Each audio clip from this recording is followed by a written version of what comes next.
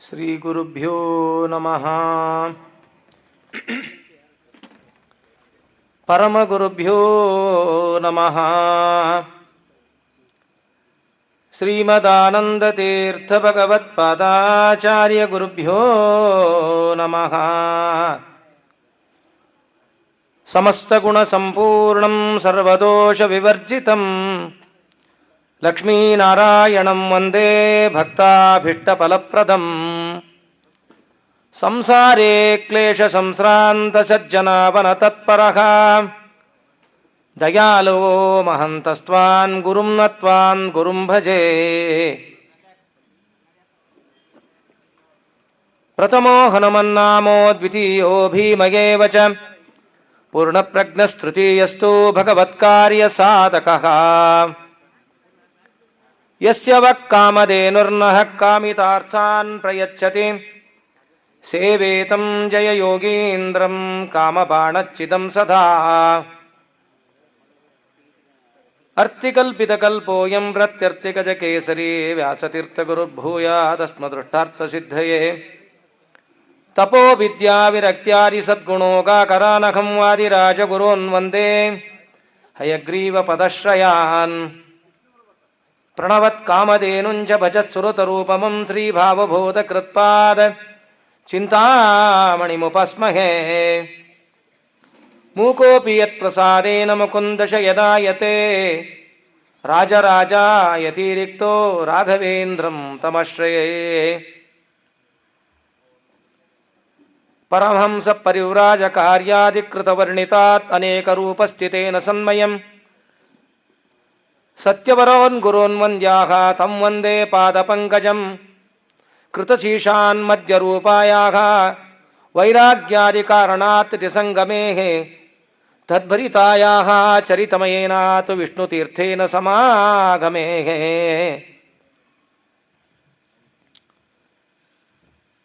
ಆಸೇತೋ ರಾತುಷಾರಾದ್ರೇಃ ಯೋಶಿಷೋಚಿತವಾನ್ ಮುಹುಃ ಸತ್ಯಧ್ಯಾನಯತಿ ಪಾತೋ ಯತೀಂದ್ರೈರುಪಾಸಿತಃ.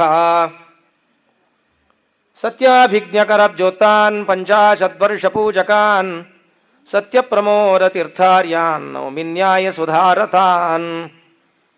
ಬಂಧುಷ್ಟ್ವನ್ ವಿದ್ಯಾಗುರುನ್ ನಮಸ್ಕೃಸ್ತೇಸ್ತು ಸರ್ವಸಿದ್ಧಿಪ್ರದಾಯಕ ಅಸ್ಮದ್ಗುರುಶ್ರೀ ಸತ್ಯಾತ್ಮತೀರ್ಥಾಖ್ಯಾನ್ ಉಪದಿಷ್ಟೇ ಗುರುನ್ ನಮಃ. ಆಪಾದಮೌಲಿಪರ್ಯಂತಂ ಗುರುಣಾಂ ಆಕೃತಿಂ ಸ್ಮರೇತ್ ತೇನ ವಿಜ್ಞಾಃ ಪ್ರಣಶ್ಯಂತಿ ಸಿದ್ಧ್ಯಂತಿ ಚ ಮನೋರಥಾಃ. ಅಸ್ಮದ್ಗುರುಸಮಾರಂಭಾಂ ಶ್ರೀವಿಷ್ಣುತೀರ್ಥಾರ್ಯಮಧ್ಯಗಾಂ ಶ್ರೀಮದಾಚಾರ್ಯಪರ್ಯಂತಾಂ ವಂದೇ ಗುರುಪರಂಪರಾಂ. ಶ್ರೀಮದಾನಂದ ತೀರ್ಥರ ಪೀಠದಲ್ಲಿ ವಿರಾಜಮಾನರಾದ ಪದ್ಮನಾಭ ತೀರ್ಥರ ಟೀಕಾಕೃತ್ಪಾದರ ಎಲ್ಲ ಮಹಾನುಭಾವರ ಅನುಗ್ರಹಕ್ಕೆ ಪಾತ್ರರಾದ ಸತ್ಯಸಂಧ ತೀರ್ಥ ಶ್ರೀಪಾದಂಗಳವರ ಶಿಷ್ಯರಾಗಿ ಸತ್ಯವರ ತೀರ್ಥರು ಎಂಬುದಾಗಿ ಪ್ರಖ್ಯಾತಿಯನ್ನು ಪಡೆದ ದೊಡ್ಡ ಮಹಾನುಭಾವರಂದರೆ ಸತ್ಯವ್ರತರು. ತದನಂತರ ಸತ್ಯವರರು ಎಂಬುದಾಗಿ ಸತ್ಯವ್ರತರ ಬಗ್ಗೆ ಅನೇಕ ಮಾತು.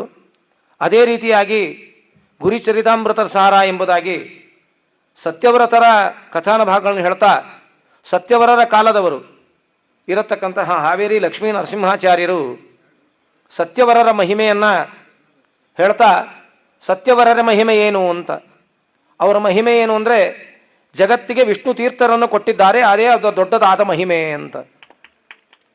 ಸತ್ಯವರ ತೀರ್ಥ ಶ್ರೀಪಾದಂಗಳವರದು ಅಷ್ಟು ದೊಡ್ಡದಾದದ್ದು ಅಂತ. ಒಂದು ಕಡೆ ಸತ್ಯಬೋಧ ತೀರ್ಥ ಶ್ರೀಪಾದಂಗಳವರ ಚರಿತ್ರೆ. ಸತ್ಯಬೋಧ ತೀರ್ಥ ಶ್ರೀಪಾದಂಗಳವರ ಶಿಷ್ಯರು ಸತ್ಯಸಂಧರಾದರೆ ಸತ್ಯಸಂಧರ ಪರಮಾನುಗ್ರಹಕ್ಕೆ ಪಾತ್ರರಾದವರು ಸತ್ಯವರರು. ಅವರಿಂದ ಆಶ್ರಮವನ್ನು ನಾಮಗುಂಡಲದಲ್ಲಿ ಇವರು ಪಡೆದರು ಅಂತ ಇವತ್ತಿಗೂ ಆಂಧ್ರ ಪ್ರದೇಶದಕ್ಕಂಥ ನಾಮಗುಂಡದ ಕ್ಷೇತ್ರ ಸ್ಥಳದಲ್ಲಿ ವಿಷ್ಣು ತೀರ್ಥರು ಇಲ್ಲಿ ವೈರಾಗ್ಯದಿಂದ ಆಶ್ರಮವನ್ನು ಸ್ವೀಕಾರ ಮಾಡಿದ್ದಾರೆ. ಸತ್ಯವರರು ಅವರಿಗೆ ಸುಧಾದಿ ಗ್ರಂಥಗಳನ್ನು ಪಾಠಗಳನ್ನು ಹೇಳಿದ್ದಾರೆ. ಆ ಒಂದು ಗ್ರಂಥದ ಅನುಸಾರ ವೈರಾಗ್ಯ ಶಿಖಾಮಣಿಗಳಿವರು ಅನ್ನುವುದನ್ನು ಅವರ ಕಥೆಯಲ್ಲಿ ವರ್ಣನೆಯನ್ನು ಮಾಡ್ತಾರೆ. ವೈರಾಗ್ಯ ಅಂದರೆ ಏನು ಅಂತ ಭಾಗವತದಲ್ಲಿ ನೋಡಿದಾಗ ವಿಷ್ಣು ತೀರ್ಥರ ಮಹಿಮೆ ಅಪಾರವಾಗಿ ನಮಗೆ ಕಾಣುತ್ತದೆ. ಶ್ರೀಕೃಷ್ಣ ಪರಮಾತ್ಮ ಉದ್ಧವನಿಗೆ ಹೇಳುವ ಮಾತು ಸುಂದರವಾದ ಮಾತು. ಯತ್ರೈವ ಜ್ಞಾನ ತಿಷ್ಠಂತೆ ತತ್ರೈವಾತ್ ವೈರಾಗ್ಯೇನ ವಿಭೂಷಿತಂ ಸಮಚರಿತಾಯಾಹ ತದ್ವೈರಾಗ್ಯಂ ಪೂರಿತೇನ ಜ್ಞಾನಪ್ರದಂ. ಹೇಳ್ತಾ ಇದ್ದಾನೆ ಪರಮಾತ್ಮ, ನನಗೆ ಪ್ರೀತಿಯಾದದ್ದು ಶುದ್ಧವಾದ ಜ್ಞಾನ. ಆ ಜ್ಞಾನದಲ್ಲಿ ವಿಶೇಷವಾಗಿರತಕ್ಕಂತಹ ಭಗವಂತನ ಮಹಿಮೆಗಳು, ಅದು ಜ್ಞಾನವನ್ನು ಪಡೆಯುವುದು ಅಲ್ಲದೆ ವೈರಾಗ್ಯದಿಂದ. ವೈರಾಗ್ಯ ಅಂದರೆ ಪರಮಾತ್ಮ ಉಪದೇಶ ಮಾಡಿದ ಎಲ್ಲ ವಿಧವಾದಂಥ ಧರ್ಮ ಕಾರ್ಯಗಳನ್ನು ಮಾಡಿ ನನ್ನಲ್ಲಿ ಯಾರು ಭಕ್ತಿ ಮಾಡ್ತಾರೆ ಅವರಿಗೆ ನಾನು ಅತಿ ಶ್ರೇಷ್ಠ ಪದವಿಯನ್ನು ಕೊಡೋದು ಅಲ್ಲದೆ ನನ್ನ ಲೋಕದಲ್ಲಿ ನಾನು ಅತಿ ಉತ್ತಮವಾದ ಸ್ಥಾನಾದಿಗಳನ್ನು ಕೊಡ್ತೇನೆ ಅಂತ ಆ ಪರಮಾತ್ಮನ ಕೃಷ್ಣನ ವಾಕ್ಯದಂತೆ ಅವನು ನುಡಿದ ಆ ಮಾತು ಸತ್ಯವಾಗಬೇಕಲ್ಲ. ಹಾಗಾಗಿ ಈ ವಿಷ್ಣು ತೀರ್ಥರ ಅವತಾರ ಅಂತ ಹೇಳಿದ್ರೆ ಅದು ತಪ್ಪಾಗಲಾರದು. ಎಲ್ಲ ಮಹಾನುಭಾವರ ಅವತಾರವೂ ನಿಜವೇ. ಅದರಲ್ಲಿ ವಿಷ್ಣು ತೀರ್ಥರ ಕಥೆ ಬಹಳ ಸುಂದರ. ಒಂದು ಕಡೆ ಅರಣ್ಯಾಚಾರ್ಯರು ಅಂತ ಹೇಳ್ತಾರೆ ಇವರಿಗೆ, ಮತ್ತೊಂದು ಕಡೆ ವಿಷ್ಣು ತೀರ್ಥರು ಅಂತ ಹೇಳ್ತಾರೆ, ಇನ್ನೊಂದು ಕಡೆ ದೊಡ್ಡದಾದ ವೈರಾಗ್ಯ ಶಿಖಾಮಣಿಗಳು ಅಂತ ಹೇಳ್ತಾರೆ. ಎಲ್ಲವೂ ಸತ್ಯವೇ, ಯಾವುದೂ ಅದರಲ್ಲಿ ಲೋಪವೇ ಇಲ್ಲ. ವಿಷ್ಣು ತೀರ್ಥರ ಮಹಿಮೆಯನ್ನು ಹೇಳಬೇಕು ಅಂದರೆ ನಮ್ಮಲ್ಲಿ ಲೋಪವಾಗಬಹುದು ಅಷ್ಟೇ ಹೊರತು ಅವರ ಜ್ಞಾನದಿಂದಾಗಲಿ ಅವರು ಮಾಡಿದ ವಿಶೇಷವಾದ ವರ್ಣನೆಗಳಿಂದಾಗಲಿ ಯಾರೂ ಅದನ್ನು ವರ್ಣನೆ ಮಾಡಲಿಕ್ಕೆ ಅಸಾಧ್ಯವಿಲ್ಲ. ಅಷ್ಟು ದೊಡ್ಡದಾದ ಅತಿ ಉತ್ತಮವಾದ ಕೆಲಸವನ್ನು ಮಾಡಿದ್ದಾರೆ ಅಂತ.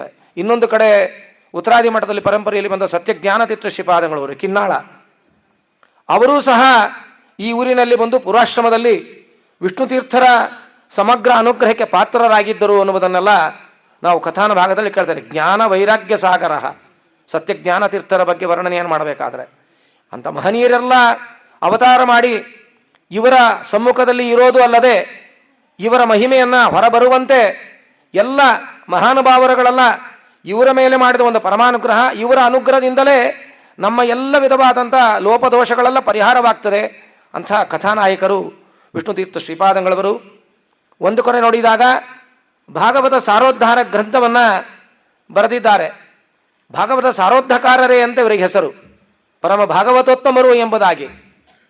ಭಾಗವತ ಸಾರೋದ್ಧಾರ ಹೇಗಿದೆ ಅಂದರೆ ಅದು ಇವತ್ತು ಪ್ರಾರಂಭ ಮಾಡಿದ್ರೆ ಮುಂದಿನ ವರ್ಷ ಆರಾಧನೆ ಆದರೂ ಮುಗಿಯೋದಿಲ್ಲ. ಅಷ್ಟು ವಿಶೇಷವಾದಂಥ ಭಾಗವತದ ಸಾರವನ್ನು ಅಲ್ಲಿ ನಮಗೆ ತಿಳಿಸಿಕೊಡ್ತಾರೆ. ಮೂಲ ಭಾಗವತವಾದ ಎಲ್ಲ ಶ್ಲೋಕಗಳನ್ನು ಆಯ್ದು ಅನೇಕ ಪ್ರಕರಣಗಳ ವೈಶಿಷ್ಟ್ಯತೆಯಲ್ಲಿ 44 ಪ್ರಕರಣಗಳ ವೈಶಿಷ್ಟ್ಯತೆಯಲ್ಲಿ ಅದನ್ನು ನಮಗೆ ಕೊಟ್ಟಿದ್ದಾರೆ ಮಹಾನುಭಾವರು, ಇವತ್ತಿನ ಕಥಾನಾಯಕರಾದ ವಿಷ್ಣು ತೀರ್ಥ ಶ್ರೀಪಾದಂಗಳವರು. ಸಾರೋದ್ಧಾರ ಸಾರ, ಭಾಗವತದ ಸಾರ ಅದು ನಮ್ಮನ್ನು ಉದ್ಧಾರ ಮಾಡ್ತದೆ ನಿಜ. ಇವರು ಮಾಡಿರ್ತಕ್ಕಂತಹ ಶ್ಲೋಕಗಳ ಸಂಗ್ರಹ ನಿಜವಾಗಿ ಮೋಕ್ಷಪ್ರದಾಯಕವನ್ನು ನಮಗೆ ತಂದು ಕೊಡ್ತದೆ. ಅಷ್ಟು ದೊಡ್ಡದಾದದ್ದು ಕಥಾನಾಯಕರಾದ ನಮ್ಮ ವಿಷ್ಣು ತೀರ್ಥರ ಮಹಿಮೆ. ಈ ಸಾರೋದ್ಧಾರ ಗ್ರಂಥದ ಶ್ಲೋಕಗಳನ್ನು ಆಯ್ದು ಕೆಲವನ್ನು ಹೇಳಬೇಕಾದರೆ ಸಾರೋದ್ಧಾರ ಹೇಗಿದೆ ಅಂತ ನಾವು ಅರ್ಥವನ್ನು ಮಾಡಿಕೊಳ್ಬೇಕು. ದೇವರ ಸರ್ವೋತ್ತಮನಾಗಿದ್ದಾನೆ, ಅವನು ವಿರಾಟ ರೂಪದಿಂದ ನಿಂತಿದ್ದಾನೆ, ಅವನ ಮುಖಕಲ ಹಸನ್ಮುಖವಾಗಿದೆ, ಸುವರ್ಣಮಯನಾಗಿದ್ದಾನೆ, ನಾನಾ ವಿಧ ಆಭರಣಭೂಷಿತನಾಗಿದ್ದಾನೆ, ಪೀತಾಂಬರ ಧರಸ್ವಗ್ನಿಯಾಗಿದ್ದಾನೆ, ಸಾಕ್ಷಾನ್ ಮನ್ಮಥನ ಮನ್ನನಂತೆ ಅವನು ನಮಗೆ ಕಾಣುತ್ತಾನೆ ಅಂತ ಸರ್ವಮೂಲ ಗ್ರಂಥಗಳು, ಭಾಗವತ, ರಾಮಾಯಣ ಎಲ್ಲ ಸೇರಿ ನಮಗೆ ತಿಳಿಸ್ತಾ ಇದೆ. ಸಾರಮಯೇನ ವಿಷ್ಣು ರೂಪಯೇಗೆ ಸರ್ವ್ಯಾವೃತಾಯಾಗ ಸನ್ಮನೇನ ಸನ್ಮಣೀಂ ಕೃತಪೂಜಿತಾನ್ ಸನ್ವಿಷ್ಣು ಮಾರ್ಗಯಾಗ ಭಕ್ತಶ್ಚಿತ್ವೇನ ಸರ್ವಸಾಧನಾಮಯಂ. ದೇವರ ಮಹಿಮೆ ಎಷ್ಟು ಇದೆ ಅಂದರೆ ಹೇಳಲಿಕ್ಕೆ ಅಸಾಧ್ಯ ಅಂತ. ಹೇಗೆ ದೇವರ ಸಾಕ್ಷಾತ್ಕಾರದಿಂದ ಒಡಗೂಡಿದ ಭಗವಂತನ ಅವನ ಕಿರೀಟ, ಅವನ ಮುಖ, ಅವನು ಹಾಕಿದ ಮುತ್ತು ರತ್ನಗಳ ವಜ್ರ ವೈಡೂರ್ಯಗಳ ಆಭರಣ, ಅವನ ಸುವರ್ಣಮಯವಾದ ದೇಹ, ಅವನ ಪಾದ ಅತಲ ವಿತಲ ಸುತಲದಿಂದ ಒಡಗೂಡಿದ ಪಾತಾಳದಲ್ಲಿದೆಯಂತೆ, ಮುಖಲ ಸತ್ಯಲೋಕದಲ್ಲಿದೆಯಂತೆ. ಅವನ ಮೀರಿದ ಕಿರೀಟದ ಸುಂದರವಾದ ಭವ್ಯ ರೂಪ 14 ಲೋಕಗಳನ್ನೇ ಮೀರಿದ ರೂಪ ಅಂತ ಅವನ ರೂಪವನ್ನು ವರ್ಣನೆಯನ್ನು ಮಾಡ್ತದೆ. ಅಂಥ ರೂಪಗಳ ಉಪಸ್ಥಿತಿಯಲ್ಲಿ ಭಗವಂತನ ಅವನ ಮುಖ, ಅವನು ಹಾಕಿದ ಆಭರಣಗಳು ಹೇಗೆ ವರ್ಣಿತವಾಗಿದೆ, ಅವನ ಸರ್ವೋತ್ತರ ಜ್ಞಾನವು ಅದೇ ರೀತಿಯಾಗಿದೆ ಅಂತ ತಿಳಿಸ್ತಾ, ದೇವರನ್ನು ಹೇಗೆ ಸುಂದರವಾದ ಅಲಂಕಾರ ಪ್ರಮೇಯಗಳಿಂದ ನೋಡಿದಾಗ ಆನಂದವಾಗ್ತದೆ, ಅವನ ಜ್ಞಾನವೂ ಅಷ್ಟೇ ಸುಂದರವಾಗಿದೆ, ಅವನು ಮಾಡಿದ ಉಪಕಾರವೂ ಅಷ್ಟೇ ಆಗಿದೆ. ಎಲ್ಲವನ್ನು ಕೊಡುವವನು ಭಗವಂತನೊಬ್ಬನೇ, ಅವನ ಬೇರೆ ಯಾರೂ ಇಲ್ಲೇ ಇಲ್ಲ, ಅವನೊಬ್ಬನೇ ಸರ್ವೋತ್ತಮ ಅಂತ ಹೇಳಿದ ಸಾರಿದ ಚಕ್ರವರ್ತಿಗಳು ಅಂದರೆ ಇವತ್ತಿನ ಕಥಾನಾಯಕರಾದ ವಿಷ್ಣು ತೀರ್ಥ ಶ್ರೀಪಾದಂಗಳವರು. ಪರಮಾತ್ಮನ ಭವ್ಯವಾದ ರೂಪ. ಹೀಗಿದ್ದಾನೆ ಹೀಗಿದ್ದಾನೆ ಅಂತ ಹೇಳ್ತಾರಲ್ಲ, ಹೇಗೆ ಭಾಗವತದಲ್ಲಿ ಇವನು ಸರ್ವೋತ್ತಮನಾಗಿದ್ದಾನೆ ಅನ್ನುವುದನ್ನು ಎಲ್ಲ ಸಮಗ್ರವಾದ ಭಾಗವತ ಏನು ನಮಗೆ ತಿಳಿಸಿಕೊಡ್ತದೆ. ಅಲ್ಲಲ್ಲಿ ಅವನ ಸರ್ವತ್ರ ಜ್ಞಾನವನ್ನು ಆಯ್ದು ಅವನ ವಿಶೇಷವಾಗಿರತಕ್ಕಂತಹ ಅವನ ಭವ್ಯವಾದ ರೂಪ ದರ್ಶನವನ್ನು, ಆ ಜ್ಞಾನವನ್ನು ಪಡೆದು ಪಾರಾಯಣ ಮಾಡಿದವರಿಗೆ ಉದ್ಧಾರವನ್ನು ಹೊಂದುತ್ತಾರೆ ಎನ್ನುವುದನ್ನು ಇವರು ಸಾರೋದ್ಧಾರಕಾರರ ಒಂದು ವಿಶೇಷವಾದ ಪ್ರತಿಭೆ. ಇಷ್ಟು ದೊಡ್ಡದಾಗಿದೆ ವಿಷ್ಣು ತೀರ್ಥ ಶ್ರೀಪಾದಂಗಳವರ ಸಾರೋದ್ಧಾರದ ಮಹಿಮೆ. ಇದು ಎಲ್ಲ ಒಂದಾದರೆ ವೈರಾಗ್ಯ ಶಿಖಾಮಣಿಗಳು, ಸುವರ್ಣಮುಖಿ ನದಿ ಪಕ್ಕದಲ್ಲೇ ಇದು ಹರಿತಾ ಇದೆ ಅಂತ ಆ ನದಿಯ ವೈಶಿಷ್ಟ್ಯತೆಯನ್ನು ವರ್ಣನೆಯನ್ನು ಮಾಡ್ತಾರೆ. ಸುವರ್ಣದಿಂದ ಒಡಗೂಡಿತ್ತು, ಸ್ನಾನ ಮಾಡಿದವರಿಗೆ ಅದು ಸುವರ್ಣದ ಮಳೆಯೂ ಸುರಿದಿದೆ, ಸುವರ್ಣವೂ ಸಿಕ್ಕಿದೆ ಅಂತ ಅಲ್ಲಿ ನಮಗೆ ವಿಶೇಷವಾಗಿ ತಿಳಿಯಲ್ಪಡ್ತದೆ. ಅಂಥ ಮಹಾನದಿಯಲ್ಲಿ ಅವರು ಸ್ನಾನ ಮಾಡಿ ನಿತ್ಯ ಕರ್ಮಾನುಷ್ಠಾನವನ್ನು ಮಾಡಿ ಜಗತ್ತಿಗೆ ತಮ್ಮ ಪುಣ್ಯವನ್ನು ಧಾರೆ ಎರೆದಿದ್ದಾರೆ. ವಿಷ್ಣು ತೀರ್ಥರ ಬಗ್ಗೆ ಅತಿ ಸುಂದರವಾದ ಮಾತು. ವಿಷ್ಣು ತೀರ್ಥರ ಕಾಲದಲ್ಲಿ ಹಾವೇರಿ ರಾಮಾಚಾರ್ಯರು ಅಂತ ಅವರ ಪುಸ್ತಕದಲ್ಲಿ ಸಂಗ್ರಹವನ್ನು ಮಾಡಿಕೊಡ್ತಾರೆ. ಅವರೆಲ್ಲ ಅನುಯಾಯಿಗಳು ವಿಷ್ಣು ತೀರ್ಥರಲ್ಲಿ. ವಿಷ್ಣು ತೀರ್ಥ ಶ್ರೀಪಾದಂಗಳವರ ಮಹಿಮೆಯಲ್ಲಿ ಅನುಯಾಯಿಗಳನ್ನು ಮಾಡಬೇಕಾದರನ್ನು ಹೇಳಬೇಕಾದ್ರೆ ವಿಷ್ಣು ತೀರ್ಥರ ಬಗ್ಗೆ ಒಂದು ಸುಂದರವಾದ ಮಾತನ್ನು ಹೇಳ್ತಾ ಇದ್ದಾರೆ. ಅವರ ವೈರಾಗ್ಯ ಹೇಗಿತ್ತು ಅಂತ, ಅವರ ಜ್ಞಾನ ಹೇಗಿತ್ತು ಅಂತ, ಅವರು ಮಾಡಿದ ಉಪಕಾರ ಹೇಗಿದೆ ಅಂತ ವರ್ಣನೆಯನ್ನು ಮಾಡಲಿಕ್ಕಾಗೋದಿಲ್ಲ ಅಂತಾರೆ. ಯಾವುದನ್ನು ಮಾಡಿದರೂ ಅದು ದೇಶದ ಸಂಪತ್ತಿಗಾಗಿ, ಭಗವದ್ಭಕ್ತರ ಜ್ಞಾನದ ಸಂಪತ್ತಿಗಾಗಿ, ಭಗವದ್ಭಕ್ತರ ಉದ್ಧಾರಕ್ಕೋಸ್ಕರ, ಭಗವಂತನ ಹಿರಿಮೆಯನ್ನು ಅವನ ಅನುಗ್ರಹವನ್ನು ಪಡಿಲಿಕ್ಕೋಸ್ಕರ, ಇಡೀ ಜಗತ್ತಿನಲ್ಲಿ ಪರಮಾನುಗ್ರಹವನ್ನು ಮಾಡಿದ ಏಕೈಕ ದೇವತೆಗಳು ಅಂದರೆ ಅವರು ವಿಷ್ಣು ತೀರ್ಥರು ಎಂಬುದಾಗಿ ಅವರು ತಮ್ಮ ವಿಶೇಷವಾದ ಶ್ಲೋಕ ರಚನೆಗಳಲ್ಲಿ ಅವರನ್ನು ವರ್ಣನೆಯನ್ನು ಮಾಡಿದ್ದಾರೆ. ಎಷ್ಟು ದೊಡ್ಡದಾದ ಮಹಿಮೆ ನೋಡಿ. ಅಪರೋಕ್ಷ ಜ್ಞಾನಿಗಳ ಸಂಗಮದಲ್ಲಿದ್ದ, ಅಪರೋಕ್ಷ ಜ್ಞಾನಿಗಳ ಮಾರ್ಗದಲ್ಲಿ ಬಂದ ಅನೇಕ ಅವರ ಭಗವದ್ಭಕ್ತರಾದ ಉಪಾಸಕರಾದ ಮಹಾನುಭಾವರಲ್ಲ ಅವರನ್ನು ಸ್ತೋತ್ರ ಮಾಡ್ತಾರೆ ಅಂದರೆ ಅವರು ಎಂಥ ಮಹಾನುಭಾವರು ಅಂತ ಅರ್ಥವನ್ನೇ ಮಾಡಿಕೊಳ್ಳಿಕ್ಕಾಗೋದೇ ಇಲ್ಲ ಅಂತ. ಅವರ ಒಂದು ಶ್ಲೋಕದಲ್ಲಿ ವಿಷ್ಣು ತೀರ್ಥರನ್ನು ಉದಾಹರಣೆಯನ್ನು ಮಾಡಿಕೊಡ್ತಾ ವಿಷ್ಣು ತೀರ್ಥರ ಮಹಿಮೆಯನ್ನು ಅಲ್ಲಿ ನಮಗೆ ಅಲ್ಲಿ ತಿಳಿಸಿಕೊಡ್ತಾರೆ. ಸಾಗರಾನ್ ಪ್ರತಿಬಂಧಿತಾಯಾಗ ತದ್ಭಾಗೇನ ಸಮನ್ಮುಖಂ ನತು ವರ್ಣಿತಾಮಯೇನಾತ್ ಕ್ಷೀರ ಸಮುದ್ರೇನ ವರ್ಣನೆ. ಶ್ಲೋಕದ ಅಭಿಪ್ರಾಯ ಹೇಗಿದೆ ಅಂದರೆ, ಕ್ಷೀರ ಸಮುದ್ರ ಭೋರ್ಗರಿತನೇ ಇದೆ. ಕ್ಷೀರ ಸಮುದ್ರ ಭೋರ್ಗರಿಯಬೇಕಾದರೆ ಅವನ ಸಮುದ್ರದಲ್ಲಿ ಕೆನೆಗಳು ಅಪ್ಪಳಿದೆ. ಒಂದು ಹಾಲಿನ ಪಾತ್ರೆಯಲ್ಲಿ ಹಾಲನ್ನು ಇಟ್ಟು ಹಾಲನ್ನು ಮರಣಿಸಿದಾಗ ಕೆಲೆ ಮಾತ್ರ ಹೇಗೆ ಬೀಳುತ್ತೆ, ಆ ಕೆಲೆ ಹೇಗೆ ರುಚಿಯಾಗಿರುತ್ತೆ, ಹಾಗೆ ಜ್ಞಾನ ವೈರಾಗ್ಯದ ಸಾಗರದ ಮೂರ್ತಿಗಳು ನಮ್ಮ ವಿಷ್ಣು ತೀರ್ಥ ಶ್ರೀಪಾದಂಗಳವರು. ಅವರು ಮಾಡಿದ ಉಪಕಾರ ಅಷ್ಟಿದೆ. ಅವರು ಮಾಡಿದ ಸಾರೋದ್ಧಾರ, ಶ್ರೀಮನ್ ನ್ಯಾಯಸುಧಾದಿ ಗ್ರಂಥಗಳಿಗೆ ಮಾಡಿದ ವಿಶೇಷವಾಗಿರತಕ್ಕಂತಹ ಸ್ತೋತ್ರ ರಚನೆಮಾಲೆಗಳು, ಅದೂ ಅಲ್ಲದೆ ಅನೇಕ ವಿಧವಾದಂತಹ ವಿಭೂತಿ ಪುರುಷರ ಒಂದೊಂದು ವರ್ಣನೆಗಳು ಅತ್ಯಂತ ಅದ್ಭುತವಾಗಿದೆ. ಅದನ್ನು ವರ್ಣನೆ ಮಾಡಲಿಕ್ಕೆ ಆಗೋದಿಲ್ಲ. ಕ್ಷೀರ ಸಮುದ್ರವನ್ನು ಹೇಗೆ ತಿಳಿಯೋದು, ಅಳೆಯೋದು, ಆ ಪರಮಾತ್ಮನ ವಹಿವನ್ನು ತಿಳಿಲಿಕ್ಕೆ ಆಗೋದಿಲ್ಲ, ಹಾಗೆ ಅಸಾಧ್ಯವಾದದ್ದು. ಅದರ ಜೊತೆಯಲ್ಲಿ ಹಾಲನ್ನು ಇಟ್ಟು ಪಾತ್ರೆಯಲ್ಲಿ ಮರಳಿಸಿದಾಗ ಅದು ಹಾಲಿನ ಪಾತ್ರ ದೊಡ್ಡದಾಗಿದ್ದು ಕೆನೆಯ ಪಾತ್ರ ಹೇಗೆ ಹೊರಬೀಳತ್ತೆ, ಅಷ್ಟು ಮಾತ್ರ ನಮಗೆ ಅವರು ಮಾಡಿದ ತಪಶ್ಚರ್ಯದಿಂದ ಕೊಟ್ಟ ಗ್ರಂಥಗಳೇ ಅಷ್ಟೇ ಹೊರತು ಅವರ ಹೃತ್ಕಮಲದಲ್ಲಿ ಕ್ಷೀರ ಸಮುದ್ರದಂತೆ ಭಗವದ್ಜ್ಞಾನ ತುಂಬಿದೆ. ನೋಡಿ, ಒಬ್ಬ ಭಗವದ್ಭಕ್ತರು ಜ್ಞಾನಿಗಳು ಅವರ ಉಪಾಸಕರಾದ ಹಾವೇರಿ ಆಚಾರ್ಯರು ಇಷ್ಟು ಸುಂದರವಾಗಿ ಅವರ ಮಹಿಮೆಯನ್ನು ನಮಗೆ ತಿಳಿಸಿಕೊಡ್ತಾರೆ ಅಂದರೆ ಅಪಾರವಾದ ಮಹಿಮೆಗಳು ಶ್ರೀ ವಿಷ್ಣು ತೀರ್ಥರ ಮಹಿಮೆ. ಹೀಗೆ ಒಂದೊಂದು ಮಹಿಮೆಯಾದರೆ ಅವರ ಕಾಲದಲ್ಲಿ ಅವರ ಕಥಾನುಸಾರ ಚಿಕ್ಕ ವಯಸ್ಸಿನಲ್ಲಿದ್ದಾಗ ಸತ್ಯಪ್ರಮೋದ ತೀರ್ಥ ಶ್ರೀಪಾದಂಗಳವರು ಕಾರ್ಯನಲ್ಲಿ ಹೋಗಬೇಕಾದ್ರೆ ಅವರ ಮಹಿಮೆಗಳನ್ನೆಲ್ಲ ಹೇಳ್ತಾ ಇದ್ರು. ಹೇಳಬೇಕಾದ್ರೆ ಒಂದು ಸಣ್ಣದಾದ ಮಹಿಮೆಯನ್ನು ನನ್ನ ಕಿವಿಯಿಂದ ಕೇಳಿದ್ದೆ. ವೈರಾಗ್ಯ ಶಿಖಾಮಣಿಗಳಾದ ವಿಷ್ಣು ತೀರ್ಥರ ಅತಿ ಉತ್ಕೃಷ್ಟವಾದ ಮಹಿಮೆಗಳಲ್ಲಿ ಅನೇಕ ಮಹಿಮೆಗಳಿದೆ, ಅದನ್ನು ನಾನು ಹೇಳಲಿಕ್ಕೆ ಅಪೇಕ್ಷೆ ಪಡ್ತೇನೆ ಅಂತ ಹೇಳ್ತಾ ಸಾರೋದ್ಧಾರದ ವೈಶಿಷ್ಟ್ಯಪೂರ್ಣವಾದ ಅವರು ಮಾಡಿದ ಏನೇನು ಭಾಗವತ ಸಾರಗಳಿದೆ ಅದನ್ನು ಹೇಳ್ತಾ ಅದನ್ನು ಹೇಳೋದು ಅಲ್ಲದೆ ಈ ಎಷ್ಟು ಸರಿ ನಾವು ಭಾಗವತವನ್ನು ನೋಡಿದರೂ ಆ ಭಾಗವತವನ್ನು ತಿಳಿಯಲಾರೆವು, ಭಾಗವತ ವರ್ಣನೆಗಳಲ್ಲಿ ಬೆರೆಯಲಾರವು. ಅದನ್ನು ಅರ್ಥ ಅನುಸಂಧಾನಪೂರ್ವಕವಾಗಿ ತಿಳಿತಾ ಭಗವಂತನ ಮಹಿಮೆಯನ್ನು ಕೊಡತಕ್ಕಂತಹ ಜ್ಞಾನಿಗಳಲ್ಲಿ ಒಬ್ಬರು ಅಂದರೆ ಅದು ವಿಷ್ಣು ತೀರ್ಥರು ಎಂಬುದಾಗಿ ಅವರು ಅದನ್ನು ತಿಳಿಸಿಕೊಡ್ತಾ ಇದ್ದರು ವಿದ್ಯಾರ್ಥಿಗಳಿಗಾಗಲಿ ಮತ್ತು ಮಠದಲ್ಲಿರತಕ್ಕಂತಹ ಪ್ರಾಚಾರ್ಯಕರಿಗಾಗಲಿ ಪ್ರತಿಯೊಬ್ಬರಿಗೆ ಅದನ್ನು ಉದಾಹರಣೆ ಕೊಟ್ಟು ಹೇಳ್ತಾ ಇದ್ರು. ಮತ್ತೊಂದು ಕಡೆ ಭಾಗವತದ ಪಾಠಗಳನ್ನು ಹೇಳಬೇಕಾದರೆ ವಿಷ್ಣು ತೀರ್ಥರ ಸಾರೋದ್ಧಾರ ಗ್ರಂಥದ ಶ್ಲೋಕಗಳನ್ನು ಉದಾಹರಣೆಯೇ ಕೊಡ್ತಾ ಇದ್ರು. ಭಾಗವತ ಹೀಗಿದೆ, ಭಾಗವತೋತ್ತಮ ಮಹಿಮೆ ಹೀಗಿದೆ. ಭಾಗವತವನ್ನು ತಿಳಿಯೋದು ಅಸಾಧ್ಯಕರವಾದದ್ದು. ಭಗವಂತನ ಮಹಿಮೆಯನ್ನು ಅಪಾರ ರೂಪದಲ್ಲಿ ನಮಗೆ ಪರೋಪಕಾರ ರೂಪದಲ್ಲಿ ಎಂದೆಂದೂ ಮರೆಯಲಾರದೆ ಕೊಟ್ಟ ಪ್ರಭುಗಳು ಅಂದರೆ ಅದು ಕಥಾನಾಯಕರಾದ ವಿಷ್ಣುತೀರ್ಥ ಶ್ರೀಪಾದಂಗಳವರು ಅಂತ ಅವರನ್ನು ಕೊಂಡಾಡಿದ ಒಂದೊಂದು ಕಥಾನುಭಾಗ. ಅವರ ಕಥೆಯಲ್ಲಿ ಅವರ ಕಾಲದಲ್ಲಿ ಯಾರಾದರೂ ಕೆಟ್ಟ ಕೆಲಸ ಮಾಡ್ತಾರೆ, ಅನ್ಯಾಯದ ಕೆಲಸಗಳನ್ನು ಮಾಡ್ತಾರೆ, ಬೇರೆ ವಿಷಯಗಳಲ್ಲಿ ಅವರು ಪಾಲ್ಗೊಳ್ತಾರೆ ಅಂದರೆ ಅವರನ್ನು ಅವರ ಸನ್ನಿಧಾನಕ್ಕೆ ಬರುವಂತೆ ಮಾಡ್ತಾ ಇದ್ದಂತೆ ಪರಮಾತ್ಮನಾದ ಮಹಾನುಭಾವ. ಅವರ ಮನಸ್ಸೇ ಆಗಿತ್ತು. ದೇವರ ವಿರುದ್ಧ, ಶಾಸ್ತ್ರದ ವಿರುದ್ಧ, ಜ್ಞಾನದ ವಿರುದ್ಧ, ಶ್ರೀಮದ್ ಆಚಾರ್ಯ ಶಾಸ್ತ್ರಗಳ ಗ್ರಂಥಗಳ ವಿರುದ್ಧವನ್ನು ಮಾಡುವವರು ಅವರ ಸಮ್ಮುಖದಲ್ಲಿ ಬಂದರೆ ಅಪರೋಕ್ಷ ಜ್ಞಾನಿಗಳಾದ ವಿಷ್ಣು ತೀರ್ಥರು ಹೇಳ್ತಿದ್ರಂತೆ, ನೀನು ಈ ಥರದ ಅನ್ಯಾಯ ಅಕ್ರಮಗಳ ಕೆಲಸಗಳನ್ನು ಮಾಡ್ತೀಯಾ, ನಿನಗೆ ಇರಲಿಕ್ಕೆ ಬರಲಿಕ್ಕೆ ಯೋಗ್ಯವಿಲ್ಲ, ನೀನಿಲ್ಲ ಬರಬಾರದು ಅಂತಲೇ ಹೇಳ್ತಿದ್ರಂತೆ. ಅಥವಾ ಯಾರಾದರೂ ಬಂದರೆ ಈ ಉತ್ಕೃಷ್ಟವಾದ ಪಾಪಗಳನ್ನು ನೀನು ಮಾಡಿದ್ದೀಯಾ ಅಂತಲೇ ಎದುರೆದುರಿಗೆ ಹೇಳಿಬಿಡ್ತಿದ್ರಂತೆ. ಹೀಗಾಗಿ ಪಾಪ ಮಾಡಿದವರಿಗೆ ಭಯ. ಹೀಗಾಗಿ ಅವರ ಸಮ್ಮುಖದಲ್ಲಿ ಜ್ಞಾನಿಗಳೇ ವಿಶೇಷವಾದಂಥ ಭಗವಂತನ ವರ್ಣನಾತ್ಮಕವಾದ ವರ್ಣಗಳಲ್ಲಿ ಬೆರೆತ ಭಗವದ್ಭಕ್ತರೇ ಇರ್ತಿದ್ರು ಅಂತ ಅವರ ಒಂದು ಕಥೆಯಲ್ಲಿ ನಾವು ಅದನ್ನು ಕೇಳ್ತೇವೆ. ಅಷ್ಟು ದೊಡ್ಡದಾದ ಹಿರಿಮೆ. ಯಾರು ಏನನ್ನು ಕೊಟ್ಟರೂ ಅವರು ಸ್ವೀಕಾರ ಮಾಡ್ತಾ ಇಲ್ಲ. ಅರಣ್ಯದಲ್ಲಿದ್ದ ಏನೇನು ವಸ್ತುಗಳಿದೆ ಅದನ್ನು ಹಾಗೆ ದೇವರಿಗೆ ನಿವೇದನವನ್ನು ಮಾಡಿ ಸ್ವೀಕಾರ ಮಾಡ್ತಾ ಇದ್ರು.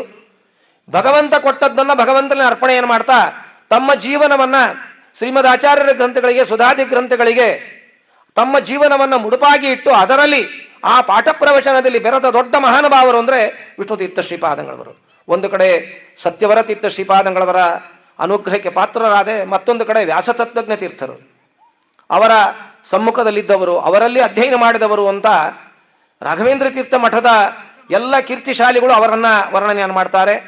ಉತ್ತರಾದಿ ಮಠದ ಅನೇಕ ಕೀರ್ತಿಶಾಲಿಗಳೆಲ್ಲ ವರ್ಣನೆಯನ್ನು ಮಾಡ್ತಾರೆ. ಮಠಮಾನ್ಯಗಳು ಅವತ್ತಿನ ಕಾಲದಲ್ಲಿ ಒಪ್ಪುವಂತೆ ಅವರ ಮಹಿಮೆಯನ್ನು ಹೇಳ್ತಿದ್ರು ಅಂದರೆ ಅವರ ಮಹಿಮೆ ಅಪಾರವಾದ ಮಹಿಮೆಗಳು. ಅಂಥ ವೈರಾಗ್ಯ ಶಿಖಾಮಣಿಗಳು, ದೇವಾನುದೇವತೆಗಳು, ಪರಮಾನುಗ್ರಹವನ್ನು ಮಾಡುವವರು, ಕೇಳಿದ ಎಲ್ಲ ವರಗಳನ್ನು ಇವತ್ತಿನ ಕಾಲ ಎಲ್ಲವನ್ನು ಪಡೆಯುವವರು ಅಂತ ವಿಷ್ಣು ತೀರ್ಥರ ಕಥಾನುಸಾರದಲ್ಲಿ ನಾನು ಒಂದು ಕೇಳಿದ ಮಾತು. ನಾನು ಒಂದು ಕೇಳಬೇಕಾದರೆ ಒಂದು ಸಣ್ಣದಾದ ನನ್ನ ಒಂದು ಅನುಭವಕ್ಕೆ ಬಂದದ್ದು. ನಮ್ಮ ಗುರುಗಳಾದ ಆಲೂರು ಶ್ರೀನಿವಾಸಾಚಾರ್ಯರು ಅಂತ ಬೆಂಗಳೂರು ಮಹಾನಗರದಲ್ಲಿದ್ದರು. ಅವರಿಗೆ ಸುಮಾರು ಈಗಿಲ್ಲ, ಅವರು ಒಂದು 4 ವರ್ಷದ ಕಾಲಕ್ಕೆ ಅವರಿಗೇನೋ ಸ್ವಲ್ಪ ಆರೋಗ್ಯದಿಂದ ತೊಂದರೆಯಾದಾಗ ಅವರು ಶ್ರೀ ವಿಷ್ಣು ತೀರ್ಥ ಗುರುಭ್ಯೋ ನಮಃ ಅಂತ ಹೇಳ್ತಾ 1 ವರ್ಷಗಳ ಕಾಲ ಅವರ ಸ್ಮರಣೆಯನ್ನು ಮಾಡ್ತಾ ಸಾರೋದ್ಧಾರದ ಒಂದು ಪಾರಾಯಣ, ಮಕ್ಕಳಿಗೆ ವಿದ್ಯಾಪೀಠದಲ್ಲಿ ಜಯತೀರ್ಥ ವಿದ್ಯಾಪೀಠದಲ್ಲಿ ಒಂದು ಕಡೆ ಪಾಠ, ಸದಾ ವಿಷ್ಣು ತೀರ್ಥರ ಸ್ಮರಣೆ, ವಿಷ್ಣು ತೀರ್ಥರ ಸ್ಮರಣೆಯೊಂದಿಗೆ ಸಕಲ ಗುರುಗಳ ಫೋಟೋ, ಆಮೇಲೆ ಆ ಪುಸ್ತಕದಲ್ಲಿ ವಿಷ್ಣು ತೀರ್ಥರ ಫೋಟೋ, ಅದನ್ನು ನೋಡೋದು, ನಮನ ಮಾಡೋದು, ಪಾಠ ಹೇಳೋದು, ಅವರ ಬಿಡುವಾದಾಗೆಲ್ಲ ಅವರ ಸ್ಮರಣೆಯನ್ನು ಮಾಡೋದು, ಎಲ್ಲವನ್ನ ಮಾಡ್ತಾ ಮಾಡ್ತಾ ಅವರು 1 ವರ್ಷಗಳ ಕಾಲ ಕಳೆದಾಗ ನಾವೆಲ್ಲ ಅವರನ್ನು ಕೇಳಿದ್ವಿ, ಸ್ವಾಮಿ ಇಷ್ಟು ದೊಡ್ಡ ಮಹಾನುಭಾವರು ನಿಜ, ಇಷ್ಟು ಉಪಾಸನೆ ಮಾಡ್ತಾ ಇದ್ದೀರಿ ಅಂದರೆ ಇದರ ಹಿನ್ನೆಲೆಯನ್ನು ಹೇಳಬೇಕು ಅಂತ. ಇಷ್ಟು ಉಪಾಸನೆ ಇಲ್ಲ, ಇಡೀ ನನ್ನ ಜನ್ಮದಲ್ಲಿ ಮತ್ತೇನಾದರೂ ವೈಷ್ಣವ ಜನ್ಮ ಬಂದರೂ ಅವರ ಸ್ಮರಣೆಯನ್ನು ನಿರಂತರವಾಗಿ ನಾವು ಮಾಡಬೇಕು. ಅದು ಮಾಡಿದಾಗ ಅದು ಭಗವಂತನ ಅನುಗ್ರಹಕ್ಕೆ ಕಾರಣೀಭೂತವಾಗ್ತದೆ. ನನಗೆ ಯಾವುದ್ಯಾವುದೋ ದೇಹದಲ್ಲಿ ಉಪಶಮನಗಳಿತ್ತು, ಆ ಉಪಶಮನಗಳೆಲ್ಲ ದೂರವಾಗಬೇಕಾದರೆ ನಾನು ಮಾಡಿದ ವಿಷ್ಣು ತೀರ್ಥರಲ್ಲಿ ಮಾಡಿದ ಪ್ರಾರ್ಥನೆಯಿಂದ ಅವರು ನನ್ನನ್ನು ಮನ್ನಿಸಿ ಅವರು ನನ್ನ ಮೇಲೆ ಪರಮಾನುಗ್ರಹವನ್ನು ಮಾಡಿ ಎಲ್ಲ ವಿಧವಾದ ಸಿದ್ಧಿಯನ್ನು ಪಡೆಯುವಂತೆ ಮಾಡಿದ್ದಾರೆ ಅಂತ ನಮ್ಮ ಗುರುಗಳಾದ ಆಲೂರಾಚಾರ್ಯರು ಅದನ್ನು ತಿಳಿಸಿಕೊಡ್ತಾ ಇದ್ರು. ಆಮೇಲೆ ನಾವು ಹೇಳಿದ್ವಿ, ಇದ್ರ ಚರಿತ್ರೆ ಏನು ಹೇಳಿದ್ರು ಎಲ್ಲ ಸರಿ, ನಿಜ ಇಲ್ಲಪ್ಪ, ಅವರು ಮಾಡಿದ ಸಾರೋದ್ಧಾರ ಗ್ರಂಥ ಏನಿದೆ ಅದನ್ನು ಸದಾ ಕಾಲದಲ್ಲಿ ನಾನು ಪಾರಾಯಣ ಮಾಡ್ತಾ ಇದ್ದೆ. ಆ ಪಾರಾಯಣ ಮಾಡಿದ ಒಂದು ಫಲ, ಅವರ ಸ್ಮರಣೆ ಮಾಡಿದ ಫಲ ಇಷ್ಟೆಲ್ಲ ಕಾರಣೀಭೂತವಾದದ್ದು. ಇನ್ನೊಂದು ಹೇಳ್ತೇನೆ ಕೇಳು, ಎಲ್ಲ ಕಡೆ ಸಾರೋದ್ಧಾರ ಪಾರಾಯಣವನ್ನು ನಾನು ಸದಾ ಮಾಡ್ತಾ ಇರ್ತೇನೆ. ಎಲ್ಲೆಲ್ಲಿ ನನಗೆ ಪಾಠವನ್ನು ಹೇಳಬೇಕಾದರೆ, ನನಗೇನಾದರೂ ಲೋಪದ ಚ್ಯುತಿಗಳು ಉಂಟಾದರೆ ವಿಷ್ಣು ತೀರ್ಥರ ಎಲ್ಲ ಮಹಾನುಭಾವರ ಸ್ಮರಣೆಯಿಂದ, ಅವರ ಸ್ಮರಣೆಯಿಂದ ಮತ್ತೆ ಆ ಎಲ್ಲ ವಿಷಯಗಳು ನನಗೆ ಬರುವಂತೆ, ಆ ಎಲ್ಲ ವಿಷಯಗಳು ನನಗೆ ತಿಳಿಯುವಂತೆ, ಎಲ್ಲ ವಿಷಯಗಳನ್ನು ಹೇಳುವಂತೆ ಮಾಡತಕ್ಕಂತಹ ಮಹಾನುಭಾವರು ಜ್ಞಾನಿಗಳು ಅಂದರೆ ವಿಷ್ಣು ತೀರ್ಥರು ಅಂತ. ಅಂದರೆ ಅವತ್ತಿನ ಕಾಲದಿಂದ ಇವತ್ತಿನ ಕಾಲ ತನಕ ಯಾರ್ಯಾರು ಜ್ಞಾನಿಗಳಿದ್ದಾರೆ, ತಪಸ್ವಿಗಳಿದ್ದಾರೆ, ಅವರು ಎಲ್ಲರೂ ಇವರನ್ನು ಉಪಾಸನೆ ಮಾಡ್ತಾರೆ, ಇವರ ಗ್ರಂಥದ ಮಹಿಮೆ ಎಷ್ಟಿದೆ ಅಂದರೆ ಅದು ಹೇಳಲಿಕ್ಕೆ ಅಸಾಧ್ಯವಾದದ್ದು. ನಾನು ಹೇಳಿದ್ನಲ್ಲ, ಇವರ ಚರಿತ್ರೆ ಒಂದು ಭಾಗದಲ್ಲಿ ಹೇಳಲಿಕ್ಕೆ ಹೋದರೆ ಇನ್ನೊಂದು ಕಡೆ ಸಾರೋದ್ಧಾರ, ಇನ್ನೊಂದು ಕಡೆ ಇವರ ಮಹಿಮೆಗಳನ್ನು ಹೇಳಲಿಕ್ಕೆ ಹೋದ್ರೂ ಅದು ಮುಗಿಯೋದೇ ಇಲ್ಲ. ಚರಿತ್ರೆಯನ್ನು ಹೇಳಲಿಕ್ಕೆ ಹೋದ್ರೂ ಅದು ಅಸಾಧ್ಯವಾದದ್ದು. ಸಾರೋದ್ಧಾರ ಗ್ರಂಥ ಮತ್ತು ಇನ್ನೂ ಅನೇಕ ವಿಷಯವಾದ ಗ್ರಂಥಗಳನ್ನು ವರ್ಣನೆ ಮಾಡಿದರೆ ನಿರಂತರ ಪಾಠ ಪ್ರವಚನವನ್ನು ಮಾಡುವವರಿಗೆ ದೊಡ್ಡದಾದ ಕೊಡುಗೆ. ವಿಷ್ಣು ತೀರ್ಥರ ಕಾಲದಲ್ಲಿ ಒಂದು ಸುಂದರವಾದ ಮಾತು, ಪಂಚಮಸ್ಕಂದ ಭಾಗವತದಲ್ಲಿ ಒಂದು ಮಾತು ಇದೆ, ಅಕ್ಷರದ್ವಯೇನ ಸಂಹಿತ ಪೂರ್ಣಯಾಗ ಜ್ಞಾನೇನಾಂ ಸುವರ್ಣತುಷ್ಟೇನ ಸರ್ವಮುಖಂ. ಯಾರಲ್ಲಿ ಜ್ಞಾನವಿದೆ, ಯಾರಲ್ಲಿ ಭಗವದ್ಭಕ್ತಿ ಇದೆ, ಯಾರು ಆ ಭಗವಂತನ ಸರ್ವೋತ್ತಮ ಎಂಬುದಾಗಿ ಪ್ರತಿಪಾದನೆಯನ್ನು ಮಾಡ್ತಾ ದೇವರ ಅನುಗ್ರಹಕ್ಕೆ ಪಾತ್ರರಾಗ್ತಾರೆ, ಅವರ ಜೀವನದಲ್ಲಿ ಎಲ್ಲ ಸುವರ್ಣ ಮುಷ್ಟಿಯೇ ಅಂತ. ಸುವರ್ಣ ಮುಷ್ಟಿ ಅಂದರೆ ಏನು? ಕೈಯಿಂದ ಸುವರ್ಣವನ್ನು ಕೊಡೋದಲ್ಲ, ಮುಷ್ಟಿ ಅಂದರೆ ಜಗತ್ತು ಅಂತ. ಜಗತ್ತೆಲ್ಲೂ ಅವರಿಗೆ ಸುವರ್ಣಮಯವಾಗ್ತದೆ ಅಂತ. ಅಷ್ಟು ದೊಡ್ಡದಾಗಿ ಭಾಗವತದ ಶ್ಲೋಕ ಅದು ಸಮನ್ವಯ ಆಗ್ತಾ ಇದೆ. ಅದನ್ನು ಸಾರೋದ್ಧಾರದಲ್ಲಿ ವಿಷ್ಣುತೀರ್ಥ ಶ್ರೀಪಾದಗಳು ಆ ಶ್ಲೋಕವನ್ನು ಆಯ್ದು ಅನೇಕ ಅರ್ಥಗಳನ್ನು ಹೇಳಿದ್ದಾರೆ. ಅದರ ಪ್ರಕಾರವಾಗಿ ಆ ಶ್ಲೋಕಗಳನ್ನು ಆಯ್ದು ನಮಗೆ ತಿಳಿಸಿಕೊಟ್ಟಿದ್ದಾರೆ. ಶ್ಲೋಕದ ಅಭಿಪ್ರಾಯವೇನು ಅಂದರೆ, ಭಗವಜ್ಞಾನ ಉಳ್ಳವನಿಗೆ ಅದು ಅವನಿಗೆ ವಿಶೇಷವಾಗಿ ಎಲ್ಲ ವಿಧವಾದ ಪರಮಾನುಗ್ರಹವನ್ನು ಹೊಂದುತ್ತಾನೆ. ಅವನ ಜೀವನದಲ್ಲಿ ಎಲ್ಲೋ ಸರ್ವತೋಮುಖವಾದ ಅಭಿವೃದ್ಧಿಯನ್ನು ಪಡೆಯುವುದು ನಿಶ್ಚಿತ ಅಂತ ಅಲ್ಲಿ ನಮಗೆ ತಿಳಿಸಿಕೊಡಿಸಿಕೊಡ್ತಾ ಇದ್ದಾರೆ. ಆ ಪ್ರಕಾರವಾಗಿ ಇವರ ಕಾಲದಲ್ಲಿ ಎಲ್ಲರಿಗೆ ಕಥೆ ಗೊತ್ತೇ ಇದೆ. ಭಾಗವತ ಶ್ಲೋಕಕ್ಕೆ ಅನ್ವಯವಾಗಲಿ ಎನ್ನುವುದನ್ನು ನಾನು ತಿಳಿಸಿಕೊಡ್ತಾ ಇದ್ದೇನೆ. ವಿಷ್ಣುತೀರ್ಥ ಶ್ರೀಪಾದಂಗಳವರು ಅವರ ಕಾಲದಲ್ಲಿ ಯಾರು ಏನನ್ನು ಕೊಟ್ಟರೂ ಸ್ವೀಕಾರ ಮಾಡ್ತಿರ್ಲಿಲ್ಲಂತೆ. ಪ್ರಾತಃ ಕಾಲದಲ್ಲಿ ನೋಡಿದ್ರೆ ಅದು ಅವರ ಮಾಡಿದ ವಾಸ, ಅವರ ಗುರುಕುಲ ಅದು ರಾತ್ರಿ ಕಾಲದಲ್ಲಿ ಬಹಳ ಬೇಗ ಎದ್ದರೆ ಪ್ರಾತಃ ಕಾಲದಲ್ಲಿ ಅದು ಗ್ರಹಣದ ಮನೆ ಅಂತೆ. ಗ್ರಹಣದ ಮನೆ ಅಂದರೆ ನೀರು ಗೀರು ಎಲ್ಲ ಸ್ವಚ್ಛವಾಗಿ ಒರೆಸಿಟ್ಟು ಯಾವುದನ್ನು ಕಾಣದೆ ದೂರವಾಗಿ ಹೇಗಿಟ್ಟಿರ್ತೇವೆ ಹಾಗಿರಬೇಕಂತೆ. ಅವರು ದೇವತಾರ್ಚನೆಯನ್ನು ಮಾಡಲಿಕ್ಕೆ ಪಾಠವನ್ನು ಹೇಳ್ತಿದ್ದಾರೆ ಅಂದರೆ ಎಲ್ಲ ಬಂದು ಬೀಳಬೇಕಂತೆ. ಎಲ್ಲವನ್ನ ಪಂಚಭಕ್ಷ ಪರಮಾನ್ನ ಮಾಡಿ ಶಿಷ್ಯರಿಗೆ ಭೋಜನಾದಿಗಳನ್ನು ಮಾಡಿಸ್ಬೇಕಂತೆ. ನಂತರ ನೋಡಿದಾಗ ಆ ಮನೆ ಮತ್ತೆ ಯಥಾಪ್ರಕಾರವಾಗಿ ಇರ್ತೈತೆ. ಅಂದ್ರೇನು? ಪರರ ಸ್ವತ್ತನ್ನು, ಪರರ ವೈಶಿಷ್ಟ್ಯತೆಯನ್ನು, ಅಧರ್ಮಾಧಿಕಾರಿಗಳನ್ನು ಎಂದೆಂದೂ ಪ್ರವೇಶ ಮಾಡ್ತಾ ಇರಲಿಲ್ಲ ಅವರು ಅಂತ. ಅವರ ಜೀವನದಲ್ಲಿ ಅಷ್ಟು ದೊಡ್ಡದಾದ ಹಿರಿಮೆ, ಅವರ ವಿಶೇಷವಾದಂಥ ಮಹಿಮೆ. ಈ ಒಂದು ಸಮ್ಮುಖದಲ್ಲಿ ಶಿಷ್ಯರೆಲ್ಲ ಬಂದು ಅವರನ್ನು ಕೇಳಿದಾಗ, ಈ ರೀತಿ ಸುವರ್ಣ ವೃಷ್ಟಿಯಿಂದ ಭೋಜನಾದಿಗಳು, ವಿದ್ವಾಂಸರಿಗೆ ಸಂಭಾವನೆ, ರಜದ ಪಾತ್ರಾದಿಗಳನ್ನು ಎಲ್ಲಿಂದ ಕೊಡ್ತಾ ಇದ್ದೀರಾ ಅಂತ ಪ್ರಶ್ನೆ ಮಾಡಿದಾಗ ಅವರು ಹೇಳಿದ್ರಂತೆ, ಸುಮಧ್ವಿಜದಲ್ಲಿರತಕ್ಕಂಥ ನನ್ನ ಭಕ್ತಿ, ಪ್ರತಿನಿತ್ಯದಲ್ಲಿ ಸುಮಧ್ವಿಜಯ 16 ಸರ್ಗ ಪಾರಾಯಣ ಮಾಡ್ತೇನೆ. ಶ್ರೀಮದ್ ಆಚಾರ್ಯರ ಸರ್ವಮೂಲದಲ್ಲಿ ಒಂದು ಸರ್ವತೋಮುಖವಾದಂಥ ಜ್ಞಾನವನ್ನು ಪಡೆಯಬೇಕಾದ್ರೆ ಅವರನ್ನು ಉಪಾಸನೆ ಮಾಡಬೇಕು. ಅದಕ್ಕಾಗಿ ಪ್ರತಿನಿತ್ಯದಲ್ಲಿ ಸುಮಧ್ವಿಜಯ ಪಾರಾಯಣ ಮಾಡ್ತೇನೆ. ಪಾರಾಯಣ ಮಾಡಬೇಕಾದ್ರೆ ಅದರ ಮೇಲೆ ಒಂದು ತಾಮ್ರದ ನಾಣ್ಯವನ್ನು ಇಡ್ತೇನೆ.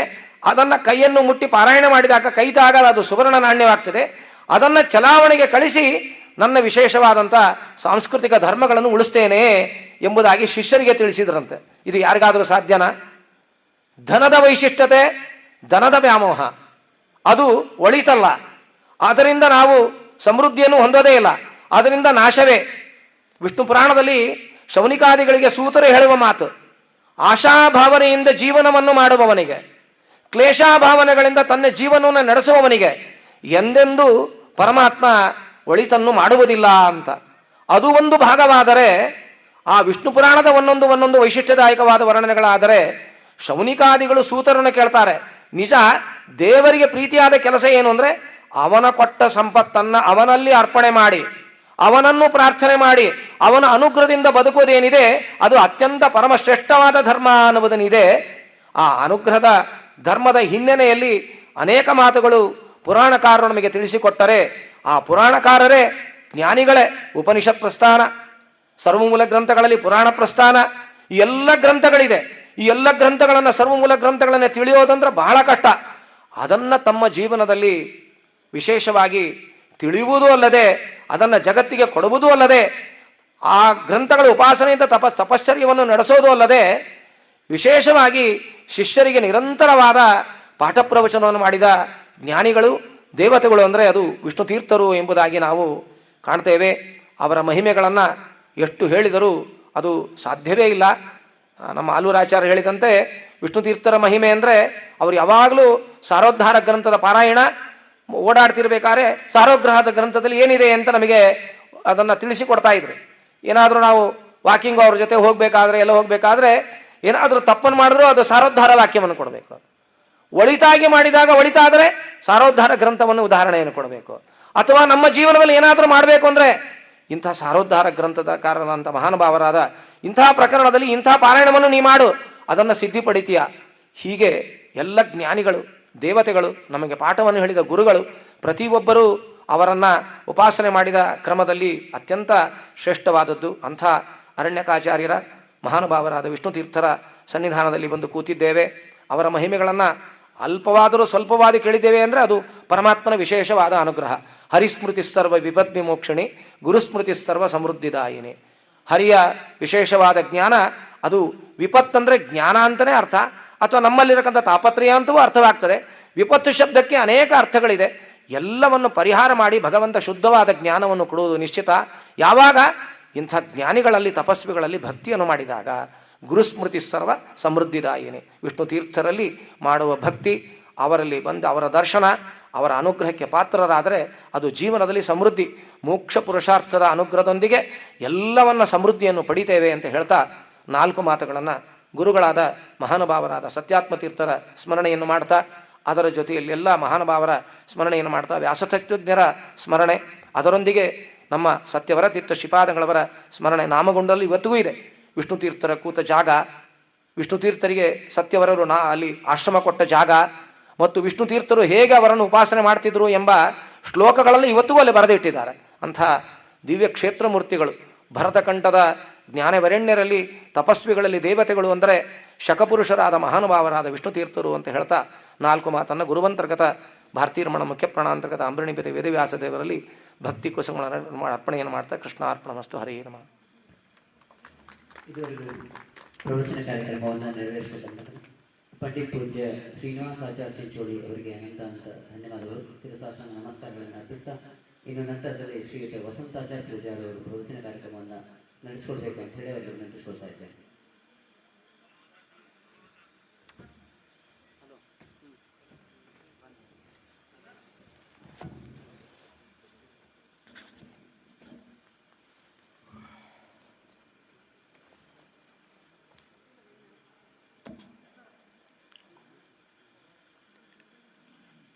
ನಾರಾಯಣಾಯ ಪರಿಪೂರ್ಣ ಗುಣಾರ್ಣವಾಯ ವಿಶ್ವೋದಯ ಸ್ಥಿತಿಲಯೋ ನಿಯತಿಪ್ರದಾಯ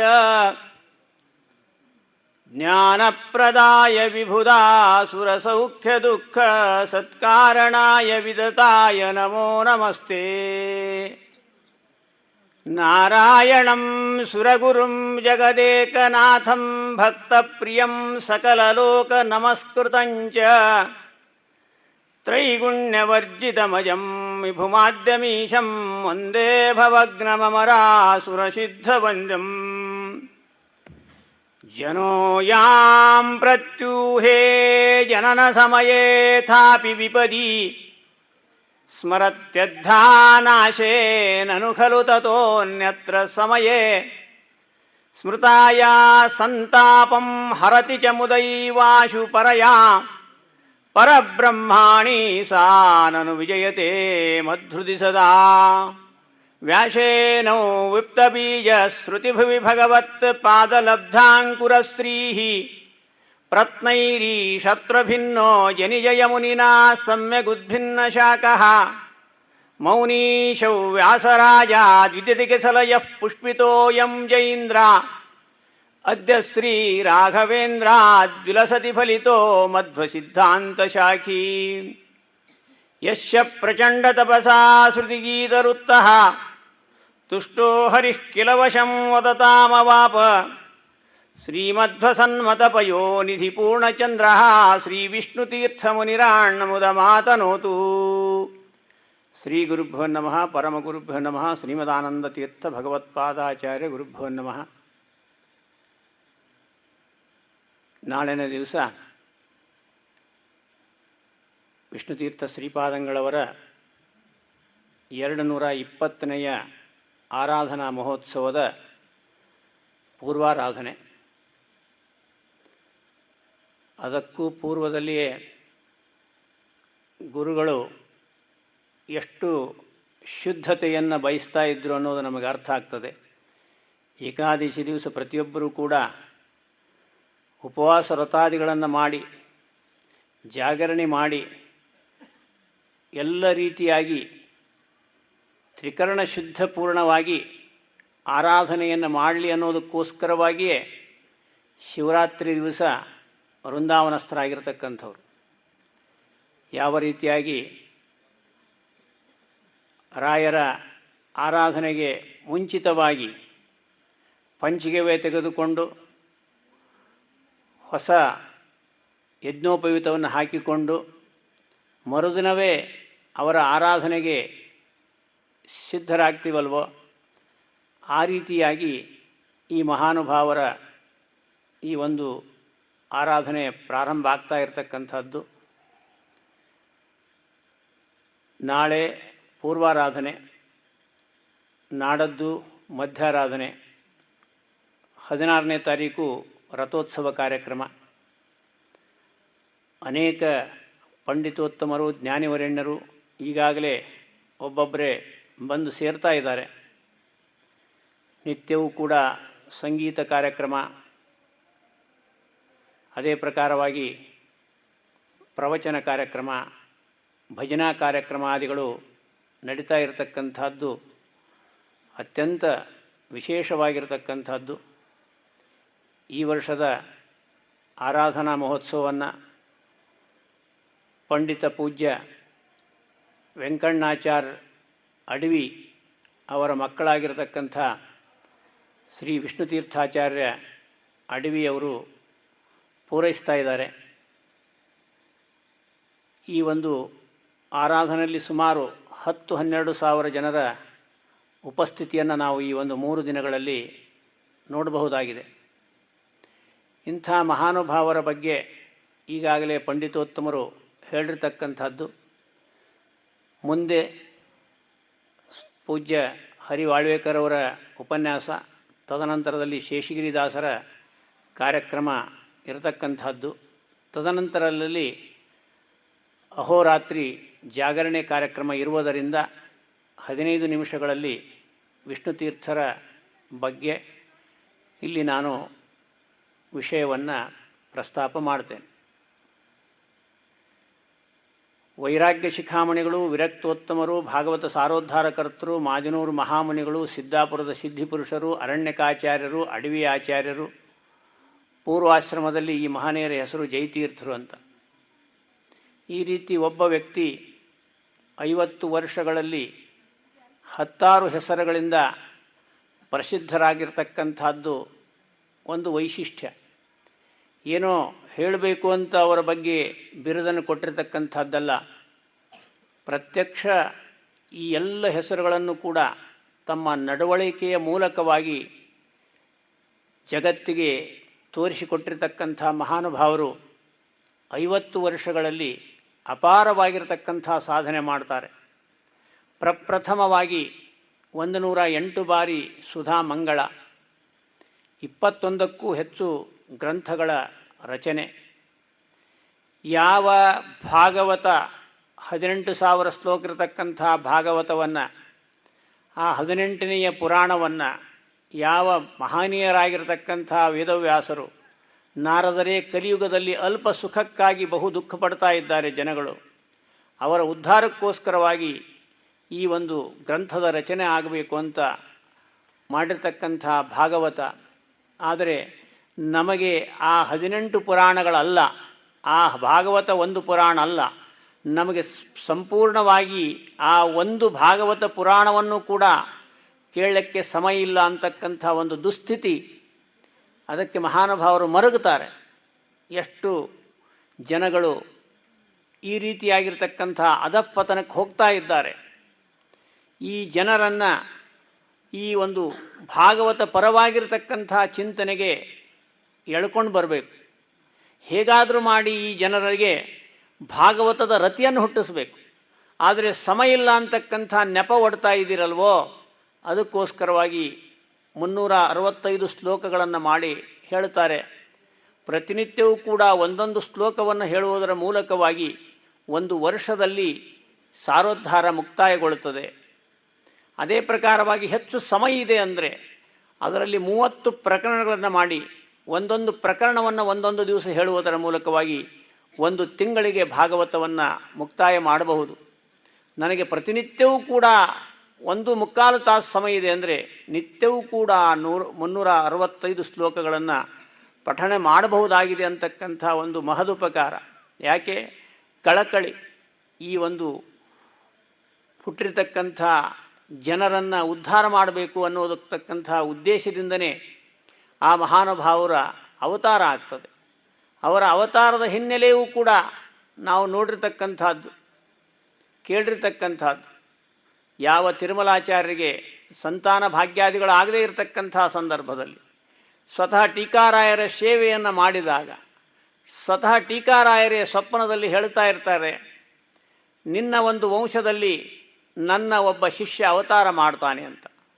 ಆ ಪ್ರಕಾರವಾಗಿ ತಿರುಮಲಾಚಾರ್ಯರ ಒಂದು ಹಿರಿಯ ಪುತ್ರರಾಗಿರ್ತಕ್ಕಂಥ ಬಾಳಾಚಾರ್ಯರು ಮತ್ತು ಭಾಗೀರಥಿಬಾಯಿಯವರ ಗರ್ಭದಲ್ಲಿ 1756 ಈಶ್ವರನಾಮ ಸಂವತ್ಸರ ಗೋಕಲಾಷ್ಟಮಿ ಕೃಷ್ಣಾರ್ಘ್ಯ ಸಮಯಕ್ಕೆ ಅವತಾರ ಮಾಡಿರ್ತಕ್ಕಂಥ ಮಹಾನುಭಾವರು ಚತುರಾಶ್ರಮವನ್ನು ಚಾಚೂ ತಪ್ಪದೆ ಪರಿಪಾಲನೆ ಮಾಡ್ತಾರೆ. ತಮ್ಮ ಬ್ರಹ್ಮಚರ್ಯ ಜೀವನವನ್ನು, ಅದೇ ಪ್ರಕಾರವಾಗಿ ಗೃಹಸ್ಥ ಜೀವನವನ್ನು, ವಾನಪ್ರಸ್ಥ ಜೀವನವನ್ನು, ಸನ್ಯಾಸ ಜೀವನವನ್ನು, ಕರಾರುವಾಕ್ಕಾಗಿ ಜೀವನವನ್ನು 4 ಭಾಗಗಳನ್ನಾಗಿ ಮಾಡ್ತಾರೆ. ಮಾತ್ರ ಅಲ್ಲ, ನಿತ್ಯವೂ ಕೂಡ 24 ಗಂಟೆಗಳನ್ನು ಯಾವ ರೀತಿಯಾಗಿ ಕಳಿಬೇಕು. ನಾವು ಅಂದ್ಕೊಂಡಿರ್ತೀವಿ ಬಹಳತ್ತು ಪ್ರದಕ್ಷಿಣೆ ಹಾಕಬೇಕು, ಬಹಳತ್ತು ಪೂಜಾ ಕೊಡಬೇಕು, ಬಹಳತ್ತು ಮಡಿಲೇ ಇರಬೇಕು, ಅಂದರೆ ನಮಗೆ ಮೋಕ್ಷ ಸಿಗ್ತದೆ, ಅದೇ ನಮಗೆ ಭಾಗ್ಯ ಅಂತ.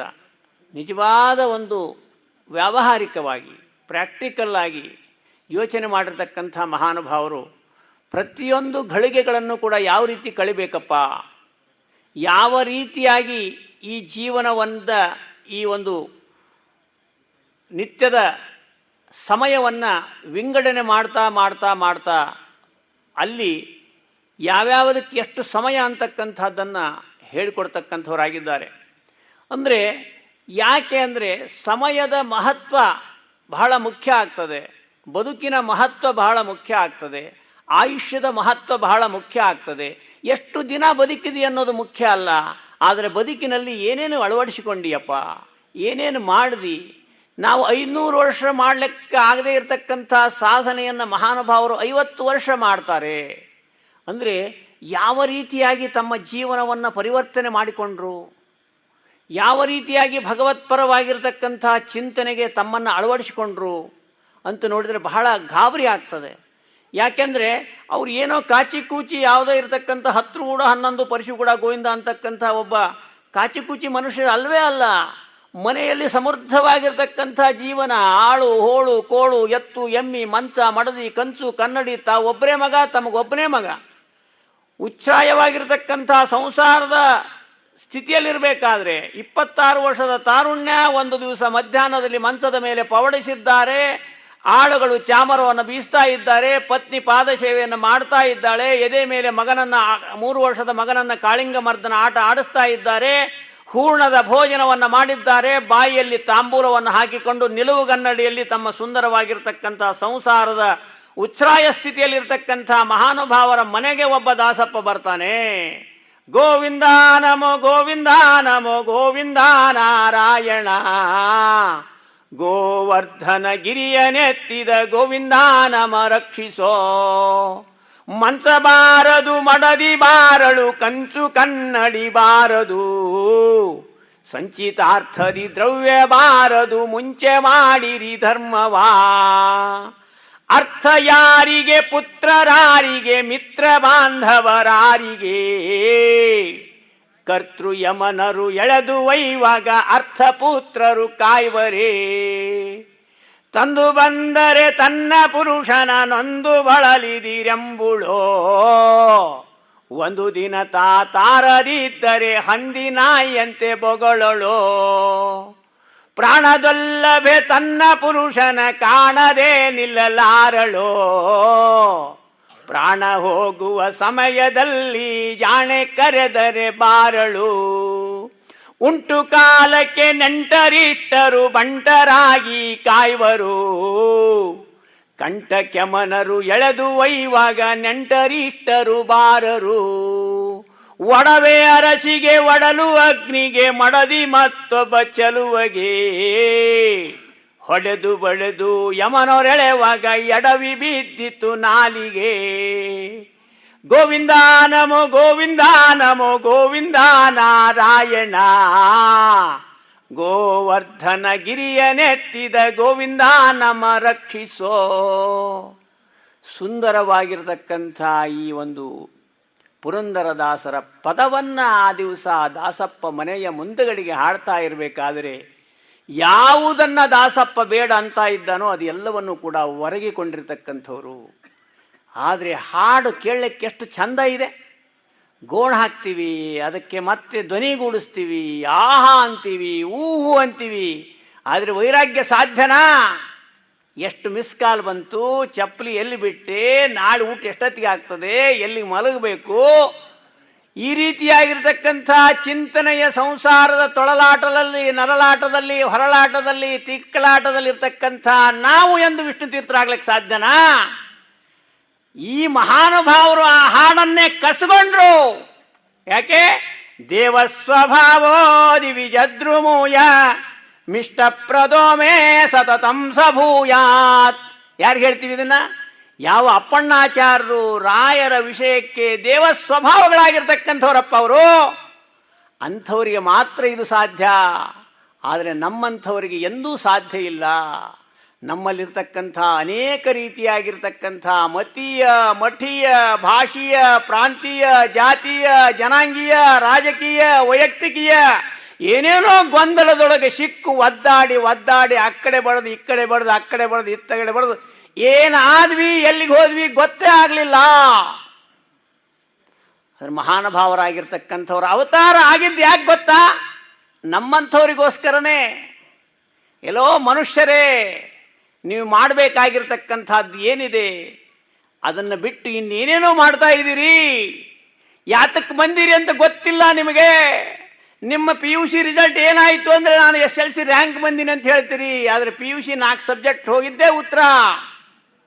ನೀನು ಏನು ಮಾಡ್ತಾ ಇದ್ದೆ ಅಂದರೆ ನನ್ನ ಅಣ್ಣ ಬೆಳಗಾವಿಯಲ್ಲಿ SP ಇದ್ದಾನೆ, ನೀನು ಖಾಲಿ ಇರೋದೇ ಉತ್ತರ.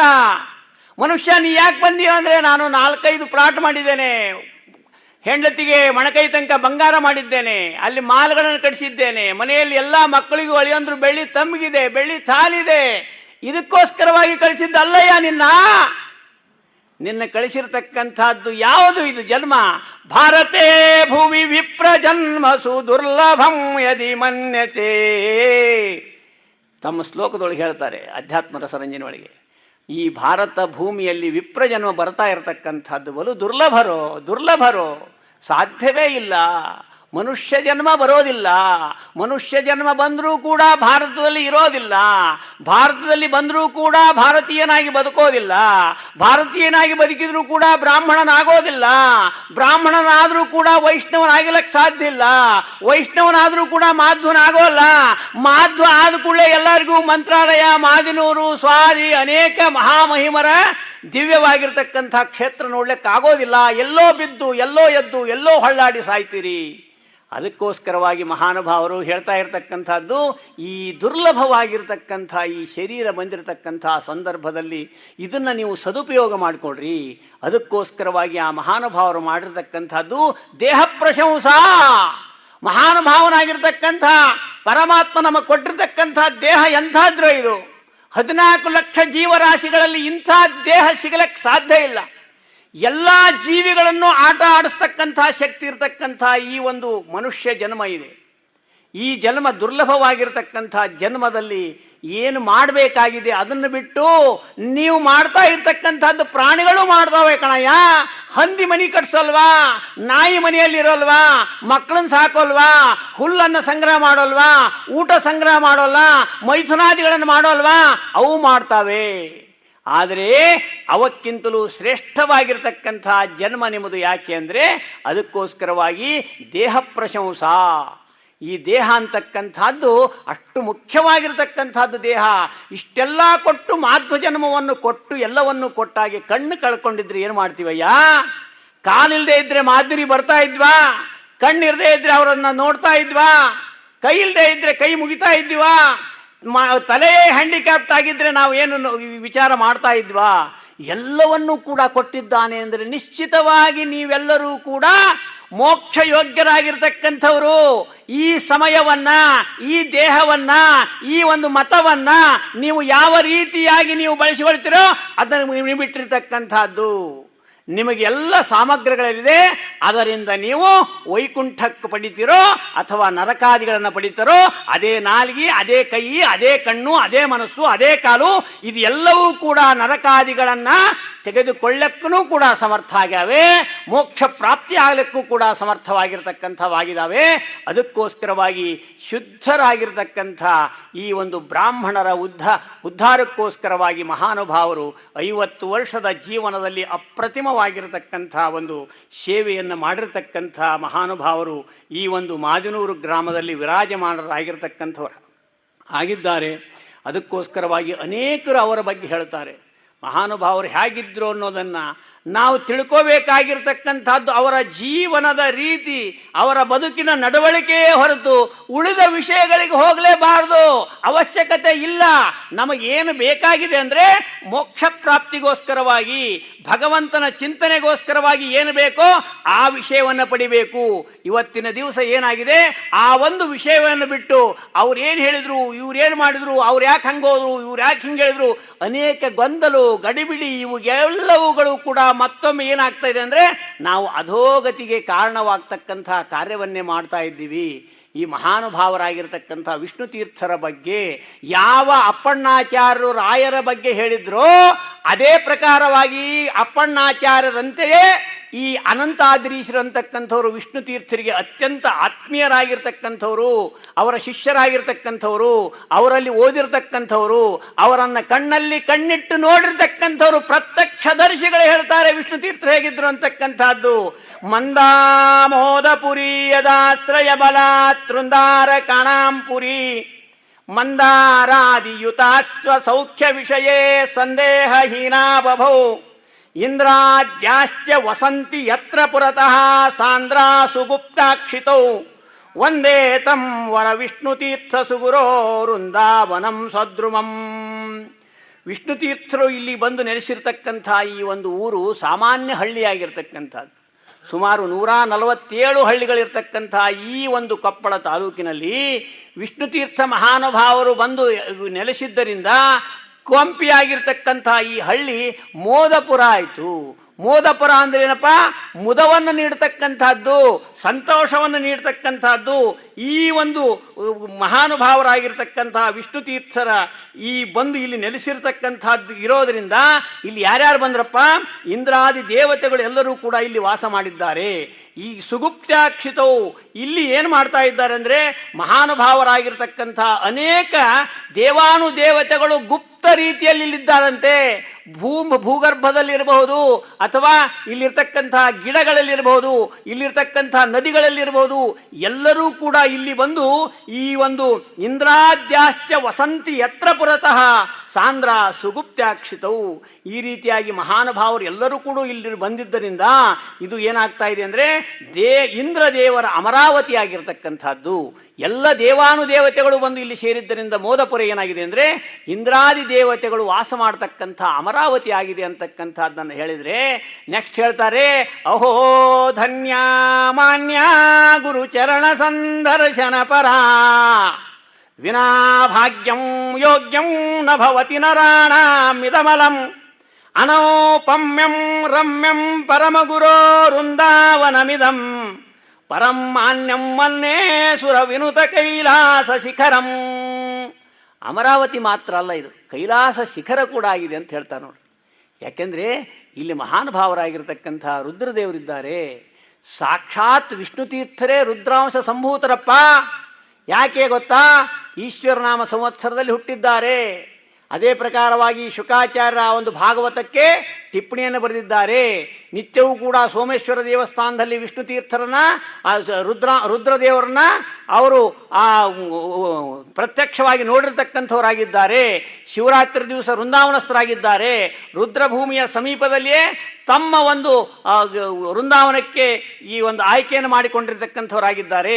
ಸ್ವತಃ ಶಿಷ್ಯರಿಗೆ ಮನೆಯ ಮುಂದೆ ಬಂದಿರತಕ್ಕಂಥ ಜಂಗಮನ ಮೇಲಿನ ದುಪ್ಪಟಿಯನ್ನು ತೆಗೆದು ರುದ್ರದೇವರ ದರ್ಶನವನ್ನು ಮಾಡಿಸತಕ್ಕಂಥವರಾಗಿದ್ದಾರೆ. ಅದೇ ಪ್ರಕಾರವಾಗಿ ಅಸಿಧಾರಿ ವ್ರತ ಮಾಡ್ತಾರ್ರಿ. 40 ವರ್ಷದ ಒಳಗಡೆನೆ ಮನವಳ್ಳಿಯಲ್ಲಿ ಗಂಡ ಹೆಂಡತಿಯೊಬ್ಬರು ಅಕ್ಕಪಕ್ಕಕ್ಕೆ ಮಲ್ಕೋಬೇಕು, ಮಧ್ಯಕ್ಕೆ ಚೂಪಾಗಿರ್ತಕ್ಕಂಥ ಅಲಗನ್ನಿಟ್ಕೋಬೇಕು. ಯಾರ ಮನಸ್ಸಿನಲ್ಲಿಯೂ ಮನೋವಿಕಾರ ಆಗಬಾರ್ದು. ಯಾರ ಮನಸ್ಸಿನಲ್ಲಾದರೂ ಮನೋವಿಕಾರ ಆದರೆ ಅದನ್ನು ತೆಗೆದುಕೊಂಡು ಶಿರಚ್ಛೇದನ ಮಾಡ್ಕೋಬೇಕು ಅಂತಕ್ಕಂಥ ವ್ರತವನ್ನು ಕಲಿಯುಗದಲ್ಲಿ ಅಶಕ್ಯವಾಗಿರ್ತಕ್ಕಂಥ ದೇವಾನುದೇವತೆಗಳಿಗೂ ಕೂಡ ಕ್ಲಿಷ್ಟಕರವಾಗಿರ್ತಕ್ಕಂಥ ವ್ರತವನ್ನು ಮಹಾನುಭಾವರು ಮಾಡಿದ್ದರಿಂದ ರುದ್ರಾಂಶ ಸಂಭೂತರು ಅಂತ ಹೇಳೋದನ್ನು ನಿಸ್ಸಂದೇಹವಾಗಿ ಹೇಳಬಹುದಕ್ಕಂಥದ್ದಾಗಿದೆ. ಅದೇ ಪ್ರಕಾರವಾಗಿ ಅನಂತಾದ್ರೀಶರ 2ನೇ ಶ್ಲೋಕಕ್ಕೆ ನಾವು ಹೋಗೋದಾದರೆ, ಅಹೋ ಧನ್ಯ ಮಾನ್ಯ ಗುರುಚರಣ ಸಂದರ್ಶನ ಪರ. ಏನು ಧನ್ಯರಪ್ಪ, ಏನು ಮಾನ್ಯರು, ಯಾರು ಧನ್ಯರು, ಯಾರು ಮಾನ್ಯರಂದರೆ ಗುರುಚರಣ ಸಂದರ್ಶನ ಪರ. ಗುರುಗಳನ್ನು, ಮಹಾನುಭಾವರನ್ನು ಯಾರು ದರ್ಶನ ಮಾಡಿಕೊಂಡಿದ್ದಾರೆ, ಗುರುಗಳಲ್ಲರೂ ಗುರುಗಳ ದರ್ಶನ ಮಾಡಿಕೊಂಡಿರ್ತಕ್ಕಂಥವರೇ ಧನ್ಯರು, ಅವರೇ ಮಾನ್ಯರು. ಯಾಕೆಂದರೆ ವಿನಾ ಭಾಗ್ಯಂ ಯೋಗ್ಯಂ ನ ಭವತಿ ನರಾಣಾಂ ಇದಮಲಂ. ಯಾರಿಗೆ ಭಾಗ್ಯ ಇಲ್ಲ, ಯಾರಿಗೆ ಯೋಗ್ಯತೆ ಇಲ್ಲ, ಯಾರು ಜನ್ಮಾಂತರದಲ್ಲಿ ಅನೇಕ ಪುಣ್ಯಾದಿಗಳನ್ನು ಮಾಡಲಿಲ್ಲ, ಅಂಥವರಿಗೆ ಈ ಮಹಾನುಭಾವರ ದರ್ಶನ ಬಹಳ ಕಷ್ಟ ಇರತಕ್ಕಂಥದ್ದು. ಅನೌಪಮ್ಯಂ ರಮ್ಯಂ ಪರಮಗುರು ವೃಂದಾವನಮಿದಂ. ಏನು ರಮಣೀಯವಾಗಿರ್ತಕ್ಕಂಥದ್ದು, ಏನು ಅನುಪಮವಾಗಿರ್ತಕ್ಕಂಥದ್ದು, ಏನು ರಮ್ಯವಾಗಿರ್ತಕ್ಕಂಥದ್ದು ಈ ಒಂದು ವೃಂದಾವನ ಅಂತಕ್ಕಂಥದ್ದು. ಪರಂ ಮಾನ್ಯಂ ಮನ್ನೇ ಸುರವಿನುತ ಕೈಲಾಸ ಶಿಖರಂ. ಇನ್ನೇನು ಹೇಳ್ತಕ್ಕಂಥದ್ದಪ್ಪ ಅಂದರೆ ಇದು ಕೈಲಾಸ ಶಿಖರವೇ ಆಗಿರ್ತಕ್ಕಂಥದ್ದು, ಸಾಕ್ಷಾತ್ ಕೈಲಾಸವೇ ಇಲ್ಲಿ ಬಂದಿರತಕ್ಕಂಥದ್ದು ಅಂತ ಹೇಳ್ತಾ ಅನಂತಾದ್ರೀಶರು ಹೇಳಿದರು ಖರೀ. ಆದರೆ ಅನಂತಾದ್ರೀಶರು ಹೇಳಿದರು ಒಂದು ಕಡೆ, ಆದರೆ ಸಾಕ್ಷಾತ್ ವಿಷ್ಣು ತೀರ್ಥರ ಗುರುಸ್ತೋತ್ರದಲ್ಲಿ ಮತ್ತೆ ಅವರ ಬಗ್ಗೆ ಹೇಳ್ತಾರೆ. ಅದು 2 ಶ್ಲೋಕ, ಸಣ್ಣ ಶ್ಲೋಕವನ್ನು ಹೇಳಿ ಉಪನ್ಯಾಸವನ್ನು ಮುಗಿಸೋಣ. ಅಹೋ ಭಾಗ್ಯಂ ಅಹೋ ಭಾಗ್ಯಂ ಗುರು ವೃಂದಾವನಾಂತಿಕೆ ವಸತಾಂ ಸೇವಮಾನಾನಾಂ ಭಕ್ತಿ ಮುಕ್ತಿ ಪ್ರದಾಯಿಕೆ. ವಿಷ್ಣು ತೀರ್ಥರ ವೃಂದಾವನ ಸನ್ನಿಧಾನ ಏನಿದೆ ಅಂದರೆ ಮುಕ್ತಿಗಳನ್ನು ಕರುಣಿಸ್ತಕ್ಕಂಥ ದಿವ್ಯವಾಗಿರ್ತಕ್ಕಂಥ ಕ್ಷೇತ್ರ ಆಗಿದೆ.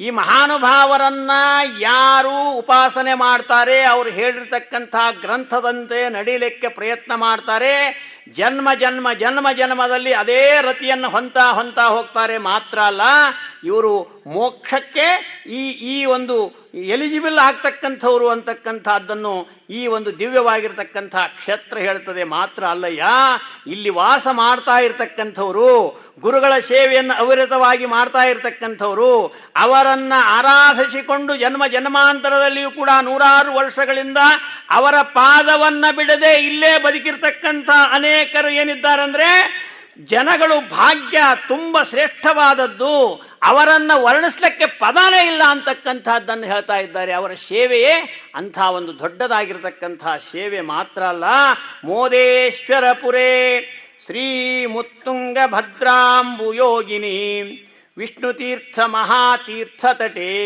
ವಿಜಯತೆ ಯತಿ. ಮೋದಪುರದಲ್ಲಿ ಹರಿತಾ ಇರತಕ್ಕಂಥ ಈ ನದಿ ಏನಿದೆಯಲ್ಲ, ಈ ಒಂದು ಕುಶಾ ನದಿ ಆ ಮಹಾನದಿಯಾಗಿರ್ತಕ್ಕಂಥ ತುಂಗಭದ್ರಾ ನದಿಗೆ ಹೋಗಿ ಸೇರ್ತದೆ. ಇಂತಹ ಮೋದಪುರದಲ್ಲಿ ಶ್ರೀ ವಿಷ್ಣುತೀರ್ಥರು ಅಂತಕ್ಕಂಥ ಶ್ರೇಷ್ಠ ವ್ಯಕ್ತಿಗಳು ಈ ಮೋದಪುರದ ಈ ಒಂದು ದಂಡೆಯ ಮೇಲುಗಡೆಗೆ ವಾಸವಾಗಿರ್ತಕ್ಕಂಥವರಾಗಿದ್ದಾರೆ ಅಂತಕ್ಕಂಥ ವಿಚಾರವನ್ನು ಆ ಒಂದು ಗುರುಸ್ತೋತ್ರಕಾರರು, ಅದೇ ರೀತಿಯಾಗಿ ನಮ್ಮ ಅನಂತಾದ್ರೀಶರು ಅವರ ಮಹಿಮೆಯನ್ನು ಪರಿಪರಿಯಾಗಿ ಸಾರಿ ಸಾರಿ ಬಾರಿ ಬಾರಿ ಚೀರಿ ಚೀರಿ ಮೊರೋ ಆಗಿ ಅನೇಕ ರೀತಿಯಾಗಿ ವರ್ಣನೆಯನ್ನು ಮಾಡ್ತಾ ತಾವು ಧನ್ಯತೆಯನ್ನು ಪಡಿತಾ ಇರತಕ್ಕಂಥವರಾಗಿದ್ದಾರೆ.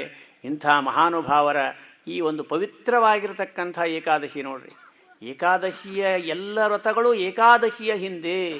ಈ ಏಕಾದಶಿ ದಿವಸ ನೀವೇನಾದರೂ ಕೇಳಿದ್ರಿ, ನೀವೇನಾದರೂ ಹೇಳಿದ್ರಿ ಅಂದರೆ ಎಷ್ಟು ಜನ್ಮದ ಪುಣ್ಯ ಅದು. ಅಬಾಬಾಬಾ, ಎಷ್ಟೋ ಜನ್ಮಗಳು, ಏನು ನಮಗೆ ಲಕ್ಷಾಂತರ ಜನ್ಮಗಳನ್ನು ಏಕದಮ್ ಹಿಂದಕ್ಕೆ ಹಾಕಿ ಒಮ್ಮೆಲೆಗೆ ಮುಂದೆ ಕಳಿಸಿಬಿಡ್ತಾನಂತ ಭಗವಂತ. ಆ ರೀತಿಯಾಗಿರ್ತಕ್ಕಂಥ ಶಕ್ತಿ ಇಂಥ ಒಂದು ಏಕಾದಶಿ ವ್ರತಕ್ಕಿದೆ. ಇಂಥ ಒಂದು ಏಕಾದಶಿಯ ಸಂದರ್ಭದಲ್ಲಿ ಅನೇಕ ವಿಷ್ಣುತೀರ್ಥ ಶ್ರೀಪಾದಂಗಳವರ ಸದ್ಭಕ್ತರ ಸಮ್ಮುಖದಲ್ಲಿ ಜ್ಞಾನಿವಣಿಯರಾಗಿರ್ತಕ್ಕಂಥ ಪಂಡಿತರ ಸಮ್ಮುಖದಲ್ಲಿ ಅವರ ಒಂದು ಕಿಂಚಿತ್ತಾಗಿರ್ತಕ್ಕಂಥ ಅವರ ಮಹಿಮೆಯನ್ನು ನಾವು ಇಲ್ಲಿ ಹೇಳ್ತಕ್ಕಂಥದ್ದು ನಮ್ಮ ಯೋಗ್ಯತೆ ಅಲ್ಲ.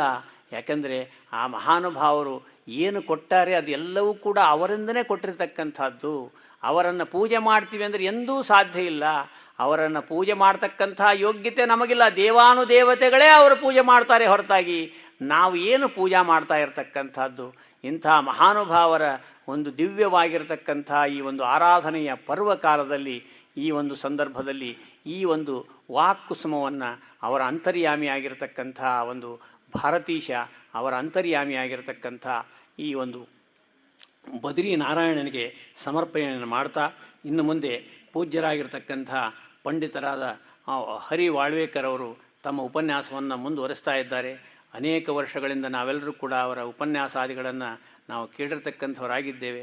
ಆ ಒಂದು ದಿವ್ಯವಾಗಿರ್ತಕ್ಕಂಥ ವಾಣಿಗೋಸ್ಕರವಾಗಿ ನಾವೆಲ್ಲರೂ ಕೂಡ ಕಾತರರಾಗಿದ್ದೇವೆ ಅಂತ ಹೇಳ್ತಾ ಆಚಾರ್ಯರನ್ನು ಈ ಒಂದು ವೇದಿಕೆಗೆ ಬರಮಾಡಿಕೊಳ್ತಾ ಇದ್ದೇನೆ. ಶ್ರೀಕೃಷ್ಣ ಅರ್ಪಣಮಸ್ತು.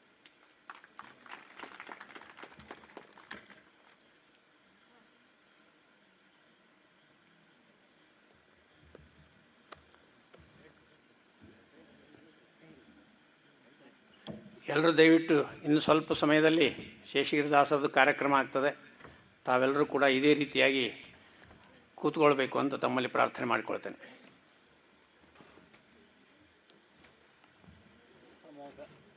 ಏನಿಲ್ಲ, ಈಗ ಏನಿಲ್ಲ.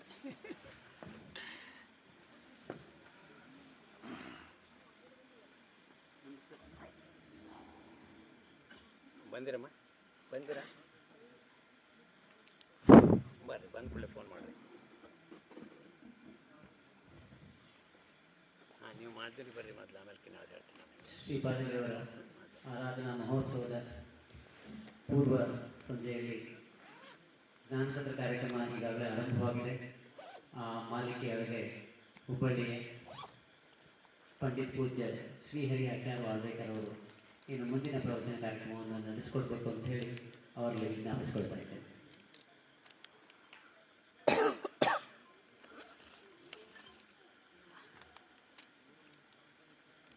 ಶೇಷಗಿರಿದಾಸ್ ಬರೋ ತನಕ ಟೈಮ್ ಇನ್ನೂ ಬಂದಿಲ್ಲ. ಎಷ್ಟು ಗಂಟೆಗೆ ಬರ್ತಾ? 40 ನಿಮಿಷ ಅಂತ ಆಗ್ಬೋದು. ಬಂದಾರ ಇಲ್ಲ, ಹೇಳಿ ಅರ್ಧ ತಾಸು ಮೇಲೆ ಹೇಳಿ. ಎಷ್ಟು ಆಮೇಲೆ ಕರ್ಕೊಂಬರ್ತೀನಿ, ಅವರು ಬಂದು ಇದ್ಮೇಲೆ ಮಾಡಿ. ನೀವು ಸೂಚನೆ ಕೊಟ್ಟು ಕೂಡಲೇ ಇಲ್ಲ ಏನಿಲ್ಲ, 9 ತನಕ ಆಗಲಿ.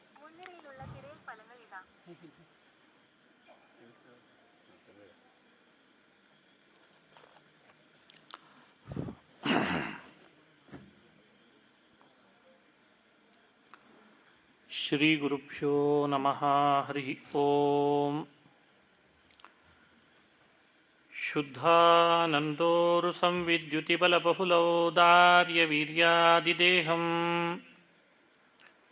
ಚಿಂತಾ ಸಂತಾಪಲೇಪೋದ್ಭವಮೃತಿಮುಖರಾಶೇಷದೋಷಾತಿದೂರಂ ಸದ್ಭಿರ್ವೈರಾಗ್ಯಭಕ್ತಿಶ್ರುತಿಮತಿನಿಯತಧ್ಯಾನಜಜ್ಞಾನಯೋಗಾತ್ ಗಮ್ಯಂ ವಂದೇ ಮುಕುಂದಾಭಿಧಮಮಲಮಲಂ ಬ್ರಹ್ಮವೇದಾಂತವೇದ್ಯಂ ಅಭ್ರಮಂ ಭಂಗರಹಿತಂ ಅಜಡಂ ವಿಮಲಂ ಸದಾ ಆನಂದತೀರ್ಥಮತುಳಂ ಭಜೆ ತಾಪತ್ರಯಾಪಹಂ ಮೂಕೋಪಿ ಯತ್ಪ್ರಸಾದೇನ ಮುಕುಂದಶಯನಾಯತೆ ರಾಜರಾಜಾಯತೆ ರಿಕ್ತೋ ರಾಘವೇಂದ್ರಂ ತಮಾಶ್ರಯೇ ಯಸ್ಯ ಪ್ರಚಂಡತಪಸಾ ಶ್ರುತಿಗೀತವೃತ್ತಃ ತುಷ್ಟೋ ಹರಿಃ ಕಿಲ ವಶಂ ವದತಾಮವಾಪ ಶ್ರೀಮಧ್ವಸನ್ಮತಪಯೋನಿಧಿಪೂರ್ಣಚಂದ್ರಃ ಶ್ರೀವಿಷ್ಣುತೀರ್ಥಮುನಿರಾಣ್ಮುದಮಾತನೋತು ಆಪಾದಮೌಲಿಪರ್ಯಂతం ಗುರುಣಾಮಾಕೃತಿಂ ಸ್ಮರೇತ್ ತೇನ ವಿಘ್ನಾಃ ಪ್ರಣಶ್ಯಂತಿ ಸಿದ್ಧ್ಯಂತಿ ಚ ಮನೋರಥಾಃ. ಶ್ರೀ ಹರಿವಾಯು ಗುರುಗಳ ಚರಣಾರವಿಂದಗಳಲ್ಲಿ ಭಕ್ತಿಪೂರ್ವಕ ಪ್ರಣಾಮಗಳನ್ನು ಅರ್ಪಿಸಿ, ಪರ್ವಕಾಲ ಆರಣ್ಯಕಾಚಾರ್ಯರ ಸನ್ನಿಧಾನದಲ್ಲಿ ಪ್ರತಿ ವರ್ಷವೂ ನಡೆಯುವ ಜ್ಞಾನಯಜ್ಞ, ಇದರಲ್ಲಿ ಪಾಲ್ಗೊಳ್ಳೋದು ಒಂದು ಭಾಗ್ಯ ಅಂತ ಭಾವಿಸಿ ವಸಂತಾಚಾರ್ಯರು ತಿಳಿಸಿದಂತೆ ಕೆಲವು ನಿಮಿಷಗಳ ಕಾಲ ಆರಣ್ಯಕಾಚಾರ್ಯರನ್ನು ಕುರಿತು ನಿಮ್ಮೆಲ್ಲರ ಜೊತೆಯಲ್ಲಿ ಹಂಚಿಕೊಂಡು ವಿಷಯಗಳನ್ನು, ಅವರ ಅನುಗ್ರಹವನ್ನು ಪ್ರಾರ್ಥಿಸಿ ಮೋಕ್ಷದ ಸಾಧನೆಯ ದಾರಿಯಲ್ಲಿ ಸಾಗುವಂತೆ ನಮ್ಮನ್ನು ಪ್ರೇರೇಪಿಸಿರಿ ಅಂತ ಮತ್ತೊಮ್ಮೆ ಅವರನ್ನು ಪ್ರಾರ್ಥಿಸುವ ಸುಯೋಗ ಬಂದಿದೆ ಅಂತ ಭಾವಿಸ್ತೇನೆ. ಮನುಷ್ಯ ಭೂಮಿಯಲ್ಲಿ ಜನ್ಮ ತಳೆಯುವಾಗ ಬೇರೆ ಬೇರೆ ರೀತಿಯಾದ ಕರ್ಮಗಳಿಂದ ಜನ್ಮ ತಳಿತಾನೆ. ಕರ್ಮವಶನಾಗಿಯೇ ಭೂಮಿಯಲ್ಲಿ ಜನ್ಮ ತಳೆಯೋದು. ಆದರೆ ಕೆಲವರು ಮಾತ್ರ ಕರ್ಮವಶರಾಗಿ ಅಲ್ಲ, ಬಹಳ ದೊಡ್ಡ ಕಾರಣ, ಬಹಳ ದೊಡ್ಡ ಉದ್ದೇಶ ಇಟ್ಟುಕೊಂಡು ಭೂಮಿಯಲ್ಲಿ ಅವತಾರ ಮಾಡ್ತಾರೆ. ನಾವು ನೀವು ಎಲ್ಲ ಗರ್ಭದಲ್ಲಿ ಬರ್ತೇವೆ, ಗರ್ಭವಾಸದ ದುಃಖಗಳನ್ನು ಅನುಭವಿಸ್ತೇವೆ, ಹೊರ ಬಂದ ಮೇಲೂ ಬೇರೆ ಬೇರೆ ಥರದ ದುಃಖಗಳನ್ನು ಎದುರಿಸ್ತೇವೆ. ಇದೆಲ್ಲ ನಮ್ಮ ಸ್ಥಿತಿ. ಮಹಾನುಭಾವರ ಸ್ಥಿತಿ ಹೇಗಿರ್ತದೆ ಅಂದರೆ, ಬಹಳ ದೊಡ್ಡ ಕಾರ್ಯವನ್ನು ನಿಮಿತ್ತ ಮಾಡಿಕೊಂಡು ಅವರಿಗಿಂತ ಮಹಾತ್ಮರ ಆದೇಶದಿಂದ ಭೂಮಿಯಲ್ಲಿ ಅವತಾರ ಮಾಡ್ತಾ ಇರ್ತಾರಲ್ಲ, ಅವರಿಗೆ ಗರ್ಭವಾಸ, ಅಲ್ಲಿ ಅನುಭವಿಸಬೇಕಾದಂಥ ದುಃಖ, ಕರ್ಮಗಳ ಕಟ್ಟಳೆಗಳು ಅದು ಯಾವುದು ಕೂಡ ನಮ್ಮಂತೆ ಇರಲ್ಲ. ಇದೇ ಮಹಾತ್ಮರಿಗೂ ಅಲ್ಪರಿಗೂ ಇರುವಂಥ ದೊಡ್ಡ ವ್ಯತ್ಯಾಸ ಅಂತ ಹೇಳ್ತಾರೆ. ಮಹಾತ್ಮರು ಭೂಮಿಗೆ ಬರುವಾಗಲೇ ಇಂಥ ಉದ್ದೇಶ ಇಟ್ಟುಕೊಂಡು ಬರ್ತಾರೆ. ಆ ಸರದಿಯಲ್ಲಿ ನಮ್ಮೆಲ್ಲರನ್ನ ಅನುಗ್ರಹಿಸಲಿಕ್ಕೆ ಸಜ್ಜನ ಉದ್ಧಾರವನ್ನು ಉದ್ದೇಶವಾಗಿಟ್ಟುಕೊಂಡು ತಾತ್ವಿಕ ದೃಷ್ಟಿಯಿಂದ ಅದಕ್ಕಾಗೇ, ಆ ಸಜ್ಜನ ಉದ್ಧಾರಕ್ಕಾಗಿಯೇ ಭೂಮಿಯಲ್ಲಿ ಅವತಾರ ಮಾಡಿದಂಥ ಮಹಾತ್ಮರು ಅಂದರೆ ಅದನ್ನು ಅರಣ್ಯಕಾಚಾರ್ಯರು ಅಂತ ನಾವು ತಿಳಿಬೇಕು. ಅರಣ್ಯಕಾಚಾರ್ಯರು ಅವತರಿಸುವಾಗ ಅವರ ಗುರುಗಳು ಆದೇಶ ಮಾಡಿ ಕಳಿಸಿದ್ರಂತೆ, ನಿನ್ನಿಂದ ಇಂಥ ಕಾರ್ಯಗಳು ನಡಿಬೇಕು.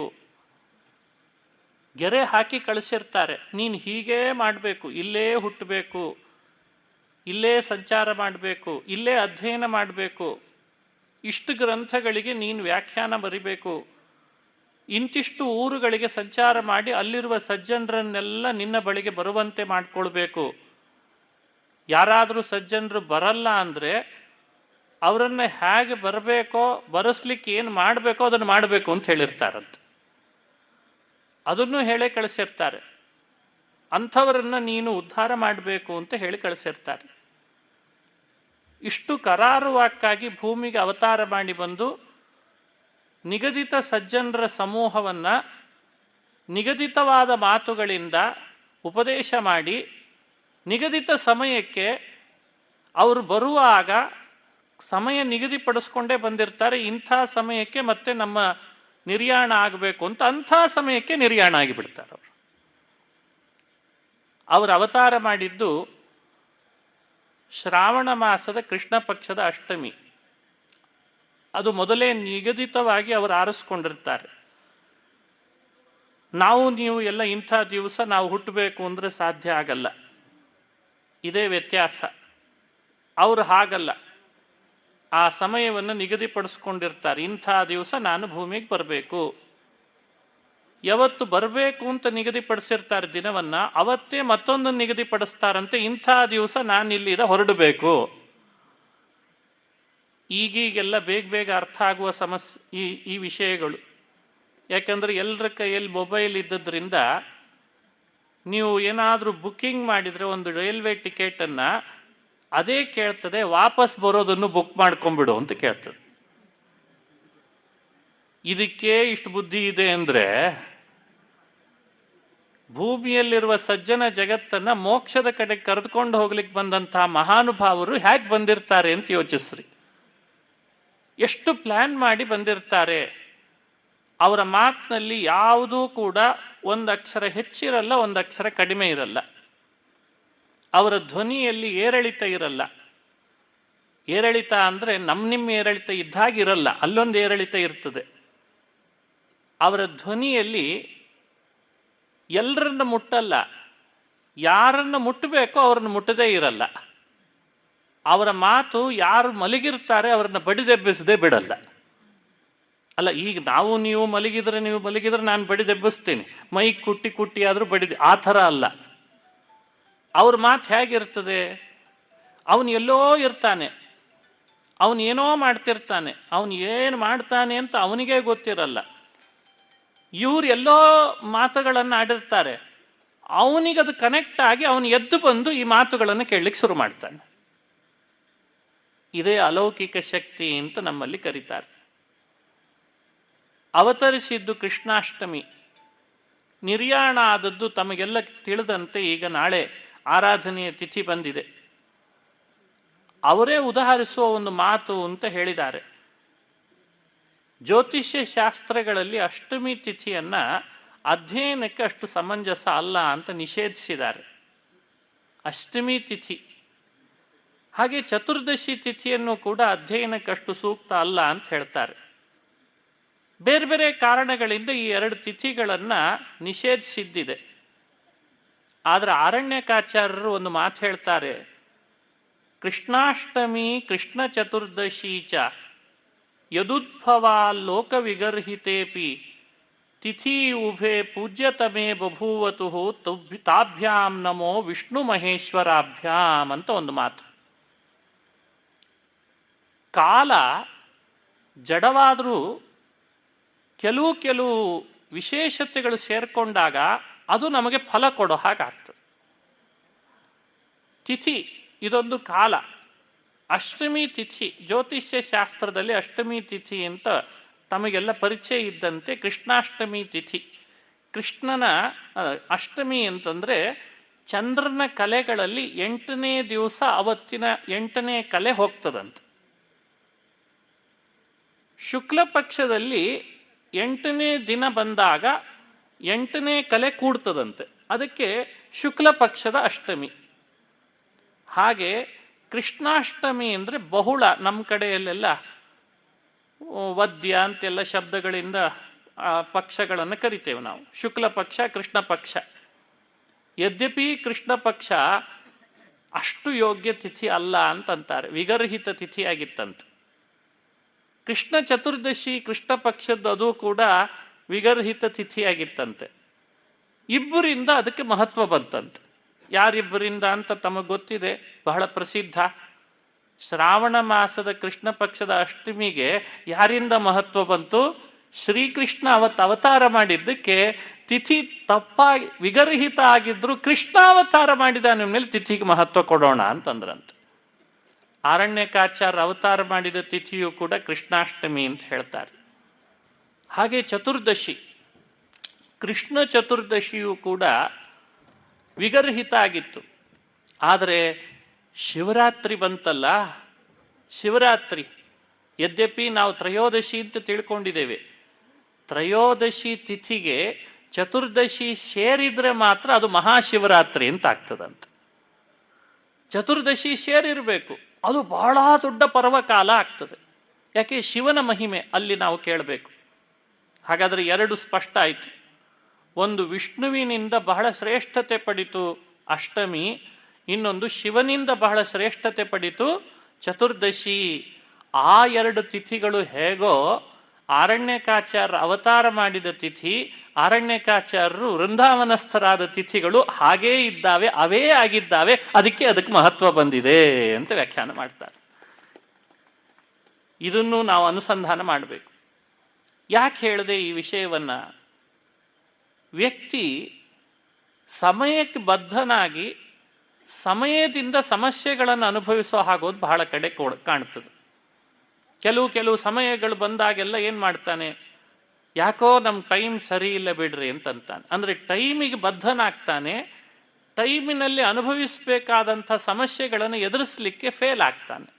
ಟೈಮನ್ನು ಬಹಳ ಎತ್ತರವಾಗಿ ಕಾಣ್ತಾನೆ, ಬಹಳ ದೊಡ್ಡ ಸಮಸ್ಯೆಯಾಗಿ ಮಾಡ್ಕೋತಾನೆ. ಆದರೆ ಮಹಾನುಭಾವರು ಹೇಗಿರ್ತಾರೆ ಅಂದರೆ, ಟೈಮಿಗೆ ತಾವು ಬದ್ಧರಾದಂತೆ ಇದ್ದೂ ಕೂಡ ಟೈಮನ್ನು ತಮ್ಮ ನಿಯಂತ್ರಣದಲ್ಲಿ ತರ್ತಾರೆ. ಇದೇ ಮಹಾತ್ಮರು, ವಿಷ್ಣು ತೀರ್ಥರು ಅಂತ ನಾವು ಭಾವಿಸಬೇಕು. ಅವ್ರು ಯಾವ ವಿಷಯವನ್ನು, ಯಾವ ಥರದ ತಮ್ಮ ಬದುಕಿನ ಸಮಸ್ಯೆಯನ್ನು ಸಮಯದ ಮೇಲೆ ಹಾಕಿ ಸುಮ್ಮನೆ ಕೂತದ್ದು ಅಂತಿಲ್ಲಂತ.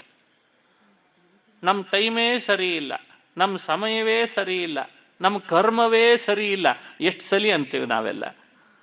ಯಾಕೋ ಏನೋ ನಮ್ಮ ಮನೆ ಒಳಗಿರೋ ವಾಸ್ತು ಸರಿ ಇಲ್ಲ. ಈಗ ಸ್ವಲ್ಪ ಜಾಸ್ತಿ ಶುರುವಾಗಿದೆ ಇದು. ನಮ್ಮ ವಾಸ್ತು ಸರಿ ಇಲ್ಲ. ಕೆಲವರಿಗೆ ವಾಸ್ತು ಸರಿ ಇಲ್ಲ, ಕೆಲವರಿಗೆ ಗ್ರಹಗತಿಗಳು ಸರಿ ಇಲ್ಲ, ಕೆಲವರಿಗೆ ಪ್ರಾರಬ್ಧ ಸರಿ, ಕರ್ಮ ಸರಿ ಇಲ್ಲ, ಕೆಲವರಿಗೆ ಸಮಯ ಸರಿ ಇಲ್ಲ. ಆರಣ್ಯಕಾಚಾರ್ಯರು ತಮ್ಮ ಜೀವನದಲ್ಲಿ ಏನು ಹೇಳಿಕೊಟ್ರು ಅಂದರೆ, ಈ ಎಲ್ಲ ವಸ್ತುಗಳನ್ನು ಸರಿ ಇಲ್ಲ ಅಂತ ಹಾರಾಡಬೇಡ, ಮೊದಲು ನೀನೆಷ್ಟು ಸರಿ ಇದ್ದಿ ಅಂತ ನೋಡ್ಕೊ. ನೀನೆಷ್ಟು ಸರಿ ಇದ್ದಿ, ಸಮಯದ ಮೇಲೆ ಯಾಕೆ ಹಾಕ್ತಿ, ಸಮಯದ ಮೇಲೆ ಕೆಲವರು ಯುಗವನ್ನು ಬೈಲಿಕ್ಕೆ ಶುರು ಮಾಡಿ. ಯಾಕೋ ಕಲಿಯುಗ, ಏನೇ ಸಮಸ್ಯೆಯನ್ನು ಮುಂದೆ ಇಡ್ರಿ, ಅವ್ರು ಹೇಳ್ತಾರೆ ಏನು ಮಾಡೋದು, ಕಲಿಯುಗ ಸರಿ ಇಲ್ಲ ಅಂತ ಕಲಿಯುಗದ ಮೇಲೆ ಹಾಕಿಬಿಡ್ತಾರೆ. ಇದು ಸಾಧನೆ ಮಾಡಿಕೊಳ್ಳೋ ಜೀವಿಯ ಲಕ್ಷಣ ಅಲ್ಲ. ಸರಿ ಇಲ್ಲ ಅಂತ ಹೇಳ್ತೇವಲ್ಲ, ಅದು ಸಾಧಕನ ಲಕ್ಷಣ ಅಲ್ಲ ಅದು. ಮತ್ತು ಏನು ಹೇಳಬೇಕು, ಯಾವುದು ಸರಿ ಇಲ್ಲ ಅಂತ ಯೋಚಿಸ್ತಿ, ಅದು ನಿನ್ನ ಅನುಕೂಲ ಆಗೋ ಹಾಗೆ ನೀನು ಮಾಡ್ಕೊಂಡಿ ಅಂದರೆ ನೀನು ಸಾಧಕ ಅಂತ ಆಗ್ತಿ. ಇದು ನೋಡಿ, ಇದು ಚಾಲೆಂಜ್. ಬರಗಾಲ ಬರ್ತದೆ, ಕಾಲ ನಿಂದಿಸ್ತಾ ಕೂತ್ರೆ ಉಪಯೋಗ ಇಲ್ಲ, ಕಾಲವನ್ನು ನನ್ನದಾಗಿ ಮಾಡಿಕೊಳ್ಬೇಕು, ಅದು ಬುದ್ಧಿವಂತಿಕೆ ಅಂತ. ನೀರಿನ ಸಮಸ್ಯೆ ಎದುರಾಗ್ತದೆ, ನೀರು ಸರಿ ಇಲ್ಲ ಅಂತ ಸಮಸ್ಯೆ ಮಾಡಿಕೊಂಡ್ರೆ ಉಪಯೋಗ ಇಲ್ಲ, ನೀರು ನಮಗೆ ಉಪಯೋಗ ಆಗೋ ಹಾಗೆ ಮಾಡಿಕೊಳ್ಬೇಕು. ಅಲ್ಲ, ನಾವು ನೀವು ಬುದ್ಧಿವಂತರಾಗಿದ್ದೇವೆ, ಈಗೇನು ನಾವು ಕಡಿಮೆ ಇಲ್ಲ. ಈಗ ಮನೆಯಲ್ಲಿ ನೀರು ಸಮಸ್ಯೆ ಬರ್ಲಿಕ್ಕೆ ಶುರು ಆದ್ಕೊಳ್ಳೆ ಮನೆಗೆ ಒಂದೊಂದು ಸಣ್ಣ ಡಬ್ಬಿ ತಂದು ಇಟ್ಕೊಂಡ್ವೋ ಇಲ್ಲ, ಅದರದ್ದೇನೋ ಹೆಸರು ಇಟ್ಟಿದ್ದೇವಲ್ಲ, ಈಗ ಆರೋ ಅಂತ ಹೆಸರು ಇಟ್ಟಿದ್ದೇವೆ ಅದಕ್ಕೆ. ಅದು ಯಾರೋ ಏನೋ ಗೊತ್ತಿಲ್ಲ, ಅಟ್ಟು ಆರೋ ಅಂತ ಇಟ್ಟಿದ್ದೇವೆ ಅದಕ್ಕೆ. ಅದು ನೀರು ಫಿಲ್ಟರ್ ಆಗಿ ತಾನಾಗೆ ಬರ್ತದೆ. ಕರೆಂಟಿನ ಸಮಸ್ಯೆ ಶುರು ಆಯಿತು, ಕರೆಂಟ್ ಭಾಳ ತೆಗಿಲಿಕ್ಕೆ ಶುರು ಮಾಡಿದೆ, ಅದಕ್ಕೆ ಮತ್ತೊಂದು ಡಬ್ಬಿ ತಂದ್ವೇ ಇಲ್ಲ ಮನೆಯೊಳಗೆ. ಅದು UPS ಅಂತ ಇಟ್ವಿ, ಅವರು 6 ಗಂಟೆ ಅವ್ರು ಕೊಡ್ತಾರೆ ಅಂದರೆ ನಾನು 20 ಗಂಟೆ ನಮ್ಮ ಮನೆಯಲ್ಲೇ ಕರೆಂಟ್ ಬರೋ ಹಾಗೆ ಮಾಡ್ಕೋತೀನಿ. ಏನು ಬುದ್ಧಿವಂತರು ನಾವೆಲ್ಲ. ಬಾ ನೀನು ಕರೆಂಟ್ ಕೊಡಲ್ವಾ, ನಾನು ಬರೋ ಹಾಗೆ ಮಾಡ್ಕೋತೀನಿ. ನೀರು ಕೊಡಲ್ವಾ, ನಾವು 24 ಗಂಟೆ ನೀರು ನಮ್ಮ ಮನೆಯಲ್ಲಿ ಹೇಗೆ ಬರಬೇಕೋ ನಾವೇ ಮಾಡ್ಕೋತೀವಿ. ಬೆಳಕು ಕೊಡಲ್ಲ, ನಾವೇ ಮಾಡ್ಕೋತೀವಿ. ನೀರು ಕೊಡಲ್ಲ, ನಾವೇ ತರಿಸ್ಕೋತೀವಿ. ಅಂದರೆ ನಮಗೆ ಸಮಸ್ಯೆಗಳನ್ನು ಬಗೆಹರಿಸ್ಕೊಳ್ಳಿಕ್ಕೆ ಹೊಸ ಮಾರ್ಗಗಳನ್ನು ಕಂಡುಕೋತೀವಿ. ಬುದ್ಧಿವಂತರೇ, ನಾವ್ಯಾರು ದಡ್ಡರಲ್ಲ. ಮತ್ತೆ ನಾವು ಎಲ್ಲಿ ದಡ್ಡರಾಗಿದ್ದೇವೆ ಅಂದರೆ, ನಮ್ಮ ಆತ್ಮೋದ್ಧಾರದ ವಿಷಯದಲ್ಲಿ ಮಾತ್ರ ದಡ್ಡರಾಗಿದ್ದೇವೆ ಅಂತಾರೆ ಅರಣ್ಯಕಾಚಾರ. ಎಲ್ಲ ಕಡೆಯಲ್ಲಿ ಬುದ್ಧಿವಂತರಾಗಿದ್ದೇವೆ, ಆತ್ಮೋದ್ಧಾರದ ವಿಷಯ ಬಂದಾಗ ಮಾತ್ರ ಮನುಷ್ಯ ಹಿಂದೆ ಇಟ್ಟು ಹಾಕ್ಲಿಕ್ಕೆ ಶುರು ಮಾಡ್ತಾನೆ. ಅದು ಏನೋ ಗೊತ್ತಾಗಲ್ಲ ಬಿಡಿ ಅಂತಾನೆ, ಅಯ್ಯೋ ಅದ್ರ ಬಗ್ಗೆ ಬಹುಶಃ ಈ ಜನ್ಮ ಅಲ್ಲ ಬಿಡಿ ಅಂತಾನೆ, ಮತ್ತೆ ಬಹುಶಃ ಮುಂದಿನ ಜನ್ಮನಾದರೂ ಇದೇನೋ ಇಲ್ಲೋ ಅಂತಂತಾನೆ. ಈ ಥರ ಎಲ್ಲ ಮನುಷ್ಯ ಮಾತುಗಳನ್ನು ಆಡ್ತಾನೆ. ಆದರೆ ಅರಣ್ಯಕಾಚಾರ್ಯರ ದೃಷ್ಟಿ ಹೇಗಿತ್ತು ಅಂದರೆ, ಯಾವಾಗ ಭಾರತ ಭೂಮಿಯಲ್ಲಿ ಮನುಷ್ಯನಾಗಿ, ಅದರಲ್ಲಿಯೂ ವಿಪ್ರಾದಿಗಳ ಜನ್ಮದಲ್ಲಿ, ಅದರಲ್ಲಿಯೂ ಭಗವತ್ಪಾದರು ಮಧ್ವಾಚಾರ್ಯರಂಥವರ ಪರಂಪರೆಯಲ್ಲಿ ಹುಟ್ಟಿದಾನೆ ಅಂದರೆ, ಅವನು ಯಾವತ್ತೂ ಕೂಡ ಅತೃಪ್ತನಾಗಿ ಆಸೆ ಬುರುಕನಾಗಿ ವಿಲಿ ಒದ್ದಾಡಿ ಏನೋ ಸಮಸ್ಯೆಗಳ ವಿಚಿತ್ರವಾದ ತೊಡಕುಗಳನ್ನು ಹಾಕ್ಕೊಂಡು ಸಾಧ್ಯ ಇಲ್ಲ ಅಂತ ಅಂದ್ಕೊಂಡು ಇರಲೇಬಾರ್ದಂತ. ಅವನು ಹಾಗಿರಬಾರ್ದು. ನಾವು ಹೇಗಿರಬೇಕು ಅಂತ ಅವರು ತಮ್ಮ ಚರ್ಯೆಯಿಂದ ಜಗತ್ತಿಗೆ ಉಪದೇಶ ಮಾಡ್ತಿದ್ರು ಅಂತ ಹಿರಿಯರು ಹೇಳ್ತಾರೆ. ಸಜ್ಜನರ ಉದ್ಧಾರ ಅಂತ ಮಾಡ್ಲಿಕ್ಕೆ ಹೊರಟಾಗ ಅವರು ಹೇಗಿರ್ತಿದ್ರು, 2 ತರಹ ಉಪದೇಶ ಮಾಡ್ತಿದ್ರಂತೆ. ಕೆಲವರಿಗೆ ಉಪದೇಶ ದ್ವೇಧಾ ಭವತಿ. ಯೋಗ್ಯೋದ್ಧಾರ ಪ್ರಕಾರೋ ವರ್ಣನೀಯ, ಯೋಗ್ಯೋದ್ಧಾರೋ ಹಿ ದ್ವೇಧಾ ಭವತಿ ಅಂತ ಕರೀತಾರೆ. ಸಜ್ಜನರನ್ನು ಉದ್ಧಾರ ಮಾಡೋದು ಅಂತಿದೆಯಲ್ಲ, ಅದು 2 ಥರ ಆಗ್ತದಂತೆ. ಒಂದು, ಸ್ವಪ್ರವೃತ್ತಿಯ ಸ್ವ ಉಪದೇಶೇನ ಚ ಭವತಿ. ಕೆಲವೊಮ್ಮೆ ಸಜ್ಜನರನ್ನು ಉದ್ಧಾರ ಮಾಡಲಿಕ್ಕೆ ಅವರು ಬಾಯಿಯಿಂದ ಹೇಳಿ ಮಾಡಿಸ್ತಿರ್ಲಿಲ್ಲಂತೆ, ತಾವು ಇರ್ತಿದ್ರು, ಅವ್ರ ಜೊತೆಯಲ್ಲಿ ಯಾರೆಲ್ಲ ಇರ್ತಿದ್ರೋ ಅವರು ಅದನ್ನು ತಾನಾಗೆ ಕಲ್ತು ಬಿಡ್ತಿದ್ರಂತೆ. ಇದೇ ಸ್ವಪ್ರವೃತ್ತಿ, ತಾವು ಮಾಡಿಬಿಡ್ತಿದ್ರು. ಹೀಗೆ ಇಂಥ ಸಮಸ್ಯೆ ಬಂದಾಗ ನಾನು ಹೀಗಿದ್ದೇನೆ ಅಂತ ತಾವು ಇದ್ದು ಬಿಡ್ತಿದ್ರು. ಅದನ್ನು ನೋಡಿದವರು ನೂರಾರು ಕಣ್ಣುಗಳಿರ್ತಿತ್ತಲ್ಲ, ಅವರಿಗೆ ಬಾಯಲ್ಲಿ ಹೇಳದೇ ಹೋದರೂ ತಾನಾಗೆ ಅದನ್ನು ಕಲ್ತು ಬಿಡ್ತಿತ್ತು. ಇದು ಒಂದು ರೀತಿ ಸಜ್ಜನರ ಉದ್ಧಾರ ಸ್ವಪ್ರವೃತ್ತಿಯಿಂದ. ಎರಡನೇದ್ದು, ಸಜ್ಜನರ ಉದ್ಧಾರ ಹೇಗೆ ಮಾಡ್ತಿದ್ರು ಅವರು? ಉಪದೇಶೇನ ಚ. ಕೆಲವರಿಗೆ ತಾವು ಪ್ರವೃತ್ತಿ ಮಾಡಿ ತೋರಿಸಿದ್ರೂ ಕೂಡ ಅವರಿಗೆ ಅರ್ಥ ಆಗಲ್ಲ. ಅವಾಗೇನು ಮಾಡಬೇಕು? ಕರೆದು ಕೂಡಿಸಿ ಅವನಿಗೆ ಉಪದೇಶ ಮಾಡಿ, ನೋಡು ಹೀಗಿದ್ದರೆ ಹೀಗೆ ಸಮಸ್ಯೆ, ಹೀಗಿದ್ದರೆ ಈ ಸಮಸ್ಯೆ ಪರಿಹಾರ ಆಗ್ತದೆ ಅಂತ ಅವನಿಗೆ ಉಪದೇಶ ಮಾಡಿ ಮಾಡ್ತಿದ್ರಂತೆ. ಇದು ಈ ರೀತಿ ಎರಡಿದೆ. ಅದರಲ್ಲಿ ಆರಣ್ಯಕಾಚಾರ್ಯರ ಚರಿತ್ರೆಗಳನ್ನು ನೋಡ್ತಾ ಬಂದರೆ ಎರಡನ್ನೂ ಮಾಡಿದ್ರಂತೆ ಮಹಾನುಭಾವರು. ಯಾಕೆಂದರೆ ಎರಡೂ ಥರದವರು ಇದ್ದಾರೆ. ಕೆಲವರು ಉಪದೇಶದಿಂದ ತಿಳ್ಕೊಳ್ಳೋರಿದ್ದರು, ಕೆಲವರು ತಮ್ಮ ಪ್ರವೃತ್ತಿಯಿಂದ ತಿಳ್ಕೊಳ್ಳೋರಿದ್ದರು. ಅದರಲ್ಲಿ ಅವರು ಎರಡೂ ಮಾಡಿದರು ಅಂತ ವ್ಯಾಖ್ಯಾನ ಮಾಡ್ತಾರೆ. ವಿಶೇಷ ಅಂದರೆ ಆರಣ್ಯಕಾಚಾರ್ಯರಿಗೆ ತಾವು ಏನು ಮಾಡಲಿಕ್ಕೆ ಬಂದಿರೋದು, ಏನು ತಮ್ಮ ಕಾರ್ಯ, ಇದನ್ನು ತಿಳಿಸಿದ್ಯಾರು ಅಂತ ಪ್ರಶ್ನೆ. ಇದು ಹೇಗೆ ಗೊತ್ತಾಯಿತು? ವ್ಯಕ್ತಿಗೆ ಅದು ಗೊತ್ತಾದರೆ ಆ ವ್ಯಕ್ತಿಯ ಮಾರ್ಗವೇ ಬೇರೆ ಆಗಿರ್ತದೆ, ಸಾಧನೆ ಬೇರೆ ಆಗಿರ್ತದೆ. ಈಗ ನಾವೆಲ್ಲ ಇಲ್ಲಿ ಬಂದಿದ್ದೇವೆ, ನಾವು ಯಾಕೆ ಬಂದಿದ್ದೇವೆ ಅಂತ ನಮಗಿನ್ನೂ ಗೊತ್ತಾಗಿಲ್ಲ ಅಲ್ಲ. ಇಲ್ಲಿ ಇದಕ್ಕೆ ಬಂದಿದ್ದೇವೆ, ಏಕಾದಶಿ ಪ್ರವಚನ ಆರಾಧನೆ ಇದಕ್ಕೆ ಬಂದಿದ್ದೇವೆ, ಇಲ್ಲಿ ಸರಿ. ಇದ್ರ ಬಗ್ಗೆ ಎಲ್ಲ ನಾನು ಕೇಳ್ತಾ ಇರೋದು. ಭೂಮಿಗೆ ಯಾಕೆ ಬಂದಿದ್ದೇವೆ ಅಂತ ಯಾರಿಗಾದ್ರೂ ಗೊತ್ತಿದ್ರೆ ಹೇಳ್ರಿ ನೋಡೋಣ. ನನಗಂತೂ ಸರಿಯಾಗಿ ಇನ್ನೂ ಅರ್ಥ ಆಗದೆ ಇರೋ ಸಂಗತಿ ಇದು. ನೀವಿಷ್ಟು ಜನ ಬಂದಿದ್ದೀರಿ, ನನಗಿಂತ ವಯಸ್ಸಾದವರು ಇದ್ದೀರಿ, ಬೇಕಾದ ಹಾಗೆ ವಿವಾಹ ಆಗಿದೆ, ಕೆಲವ್ರದ್ದು ಆಗಿಲ್ಲ, ಕೆಲವರಿಗೆ ಮಕ್ಕಳು, ಕೆಲವರಿಗೆ ಮೊಮ್ಮಕ್ಕಳು, ಕೆಲವರಿಗೆ ಮರಿಮೊಮ್ಮಕ್ಕಳು ಎಲ್ಲ ಆಗಿದೆ. ಇಷ್ಟು ವಯಸ್ಸಾದವರು ನೀವೆಲ್ಲ ಇಲ್ಲಿ ಬಂದಿದ್ದೀರಲ್ಲ, ನಾವು ಭೂಮಿಗೆ ಯಾಕೆ ಬಂದಿದ್ದೇವೆ ಯಾರಿಗಾದ್ರೂ ಗೊತ್ತಾಗಿದೆನಾ? ಇದು ಗೊತ್ತಾದರೆ ಬಹಳ ಬೇಗ ಮುಂದುವರಿತೇವೆ ನಾವು. ಮತ್ತೆ ಮುಂದೇನು ಮಾಡಬೇಕು ಅಂತ ಇದು ಗೊತ್ತಾಗದೇ ಇರೋ ಸಮಸ್ಯೆ, ಇದು ಗೊತ್ತಾಗದೇ ಇರೋದು ಒಂದು ಸಮಸ್ಯೆ. ಹೋಗಲಿ, ಮುಂದೇನಾಗಲಿಕ್ಕಿದ್ದೇವೆ ಅಂತಾದರೂ ಗೊತ್ತಿದೆನಾ? ಹಿಂದಿಂದೇ ಗೊತ್ತಾಗಿಲ್ಲ, ಇನ್ನು ಮುಂದಿಂದೇನು ಗೊತ್ತಾಗ್ತತ್ತಲೆ ನಮಗೆ. ಅಂತೂ ಕೂತಿದ್ದೇವೆ ಅಲ್ಲ. ಈಗೇನು ಕೂತಿದ್ದೇವೆ, ನಾವೇನು ಉಪನ್ಯಾಸ, ಈ ಒಂದಿಷ್ಟು ಸಜ್ಜನರ ಸಂಘದಲ್ಲಿ ಬಂದಿದ್ದೇವೆ, ಇದು ಶ್ರೇಷ್ಠವೇ, ಬಹಳ ಸಂತೋಷದ ಸಂಗತಿ ಇದೆಲ್ಲ. ಇದರಿಂದಲಾದರೂ ಯಾವಾಗಲೋ ಒಮ್ಮೆ ನಾವು ಯಾಕೆ ಭೂಮಿಗೆ ಬಂದಿದ್ದೇವೆ ಅಂತ ಗೊತ್ತಾದರೂ ಗೊತ್ತಾಗ್ಬಿಡ್ತದೆ. ಈಗ ಗೊತ್ತಾಗದೇ ಇದ್ರೂ ಸ್ವಲ್ಪ ಸಮಯ ತಗೊಂಡಾದರೂ ಗೊತ್ತಾಗ್ತದೆ. ಅಂತೂ ಇಂಥ ಕಡೆಯಲ್ಲಿ ಹೋಗ್ತಾ ಇರಬೇಕು ನಾವು. ಇದು ಬಹಳ ಶ್ರೇಷ್ಠ. ನೋಡಿ, ನಾವೆಲ್ಲ ಮೊದಲು ಅಲ್ಲಿ ಉಪನ್ಯಾಸ ಮಾಡ್ತಿದ್ವಿ. ಈಗ ಮಾದ್ನೂರು ಬೆಳವಣಿಗೆ ಆಗ್ತಾ ಇದೆ ಆರಾಧನೆಯ ಸಮಯದೊಳಗೆ.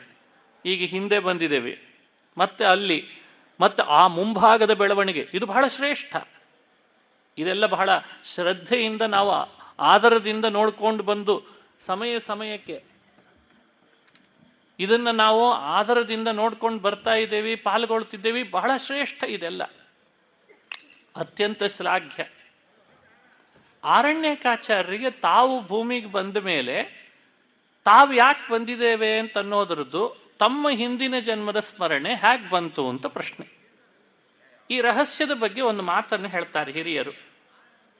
ಅವರಿಗೆ ಯಾಕೆ ಬಂದಿದ್ದೇವೆ ಅಂತ ಹೇಗೆ ಗೊತ್ತಾಯಿತು ಅಂದರೆ, ಮಧ್ವವಿಜಯ ಗ್ರಂಥವನ್ನು ನಿರಂತರ ಪಾರಾಯಣ ಮಾಡಿದ್ರಿಂದ ತಾವು ಯಾಕೆ ಬಂದಿದ್ದೇವೆ ಅನ್ನೋದು ಅವ್ರಿಗೆ ಗೊತ್ತಾಯ್ತಂತೆ.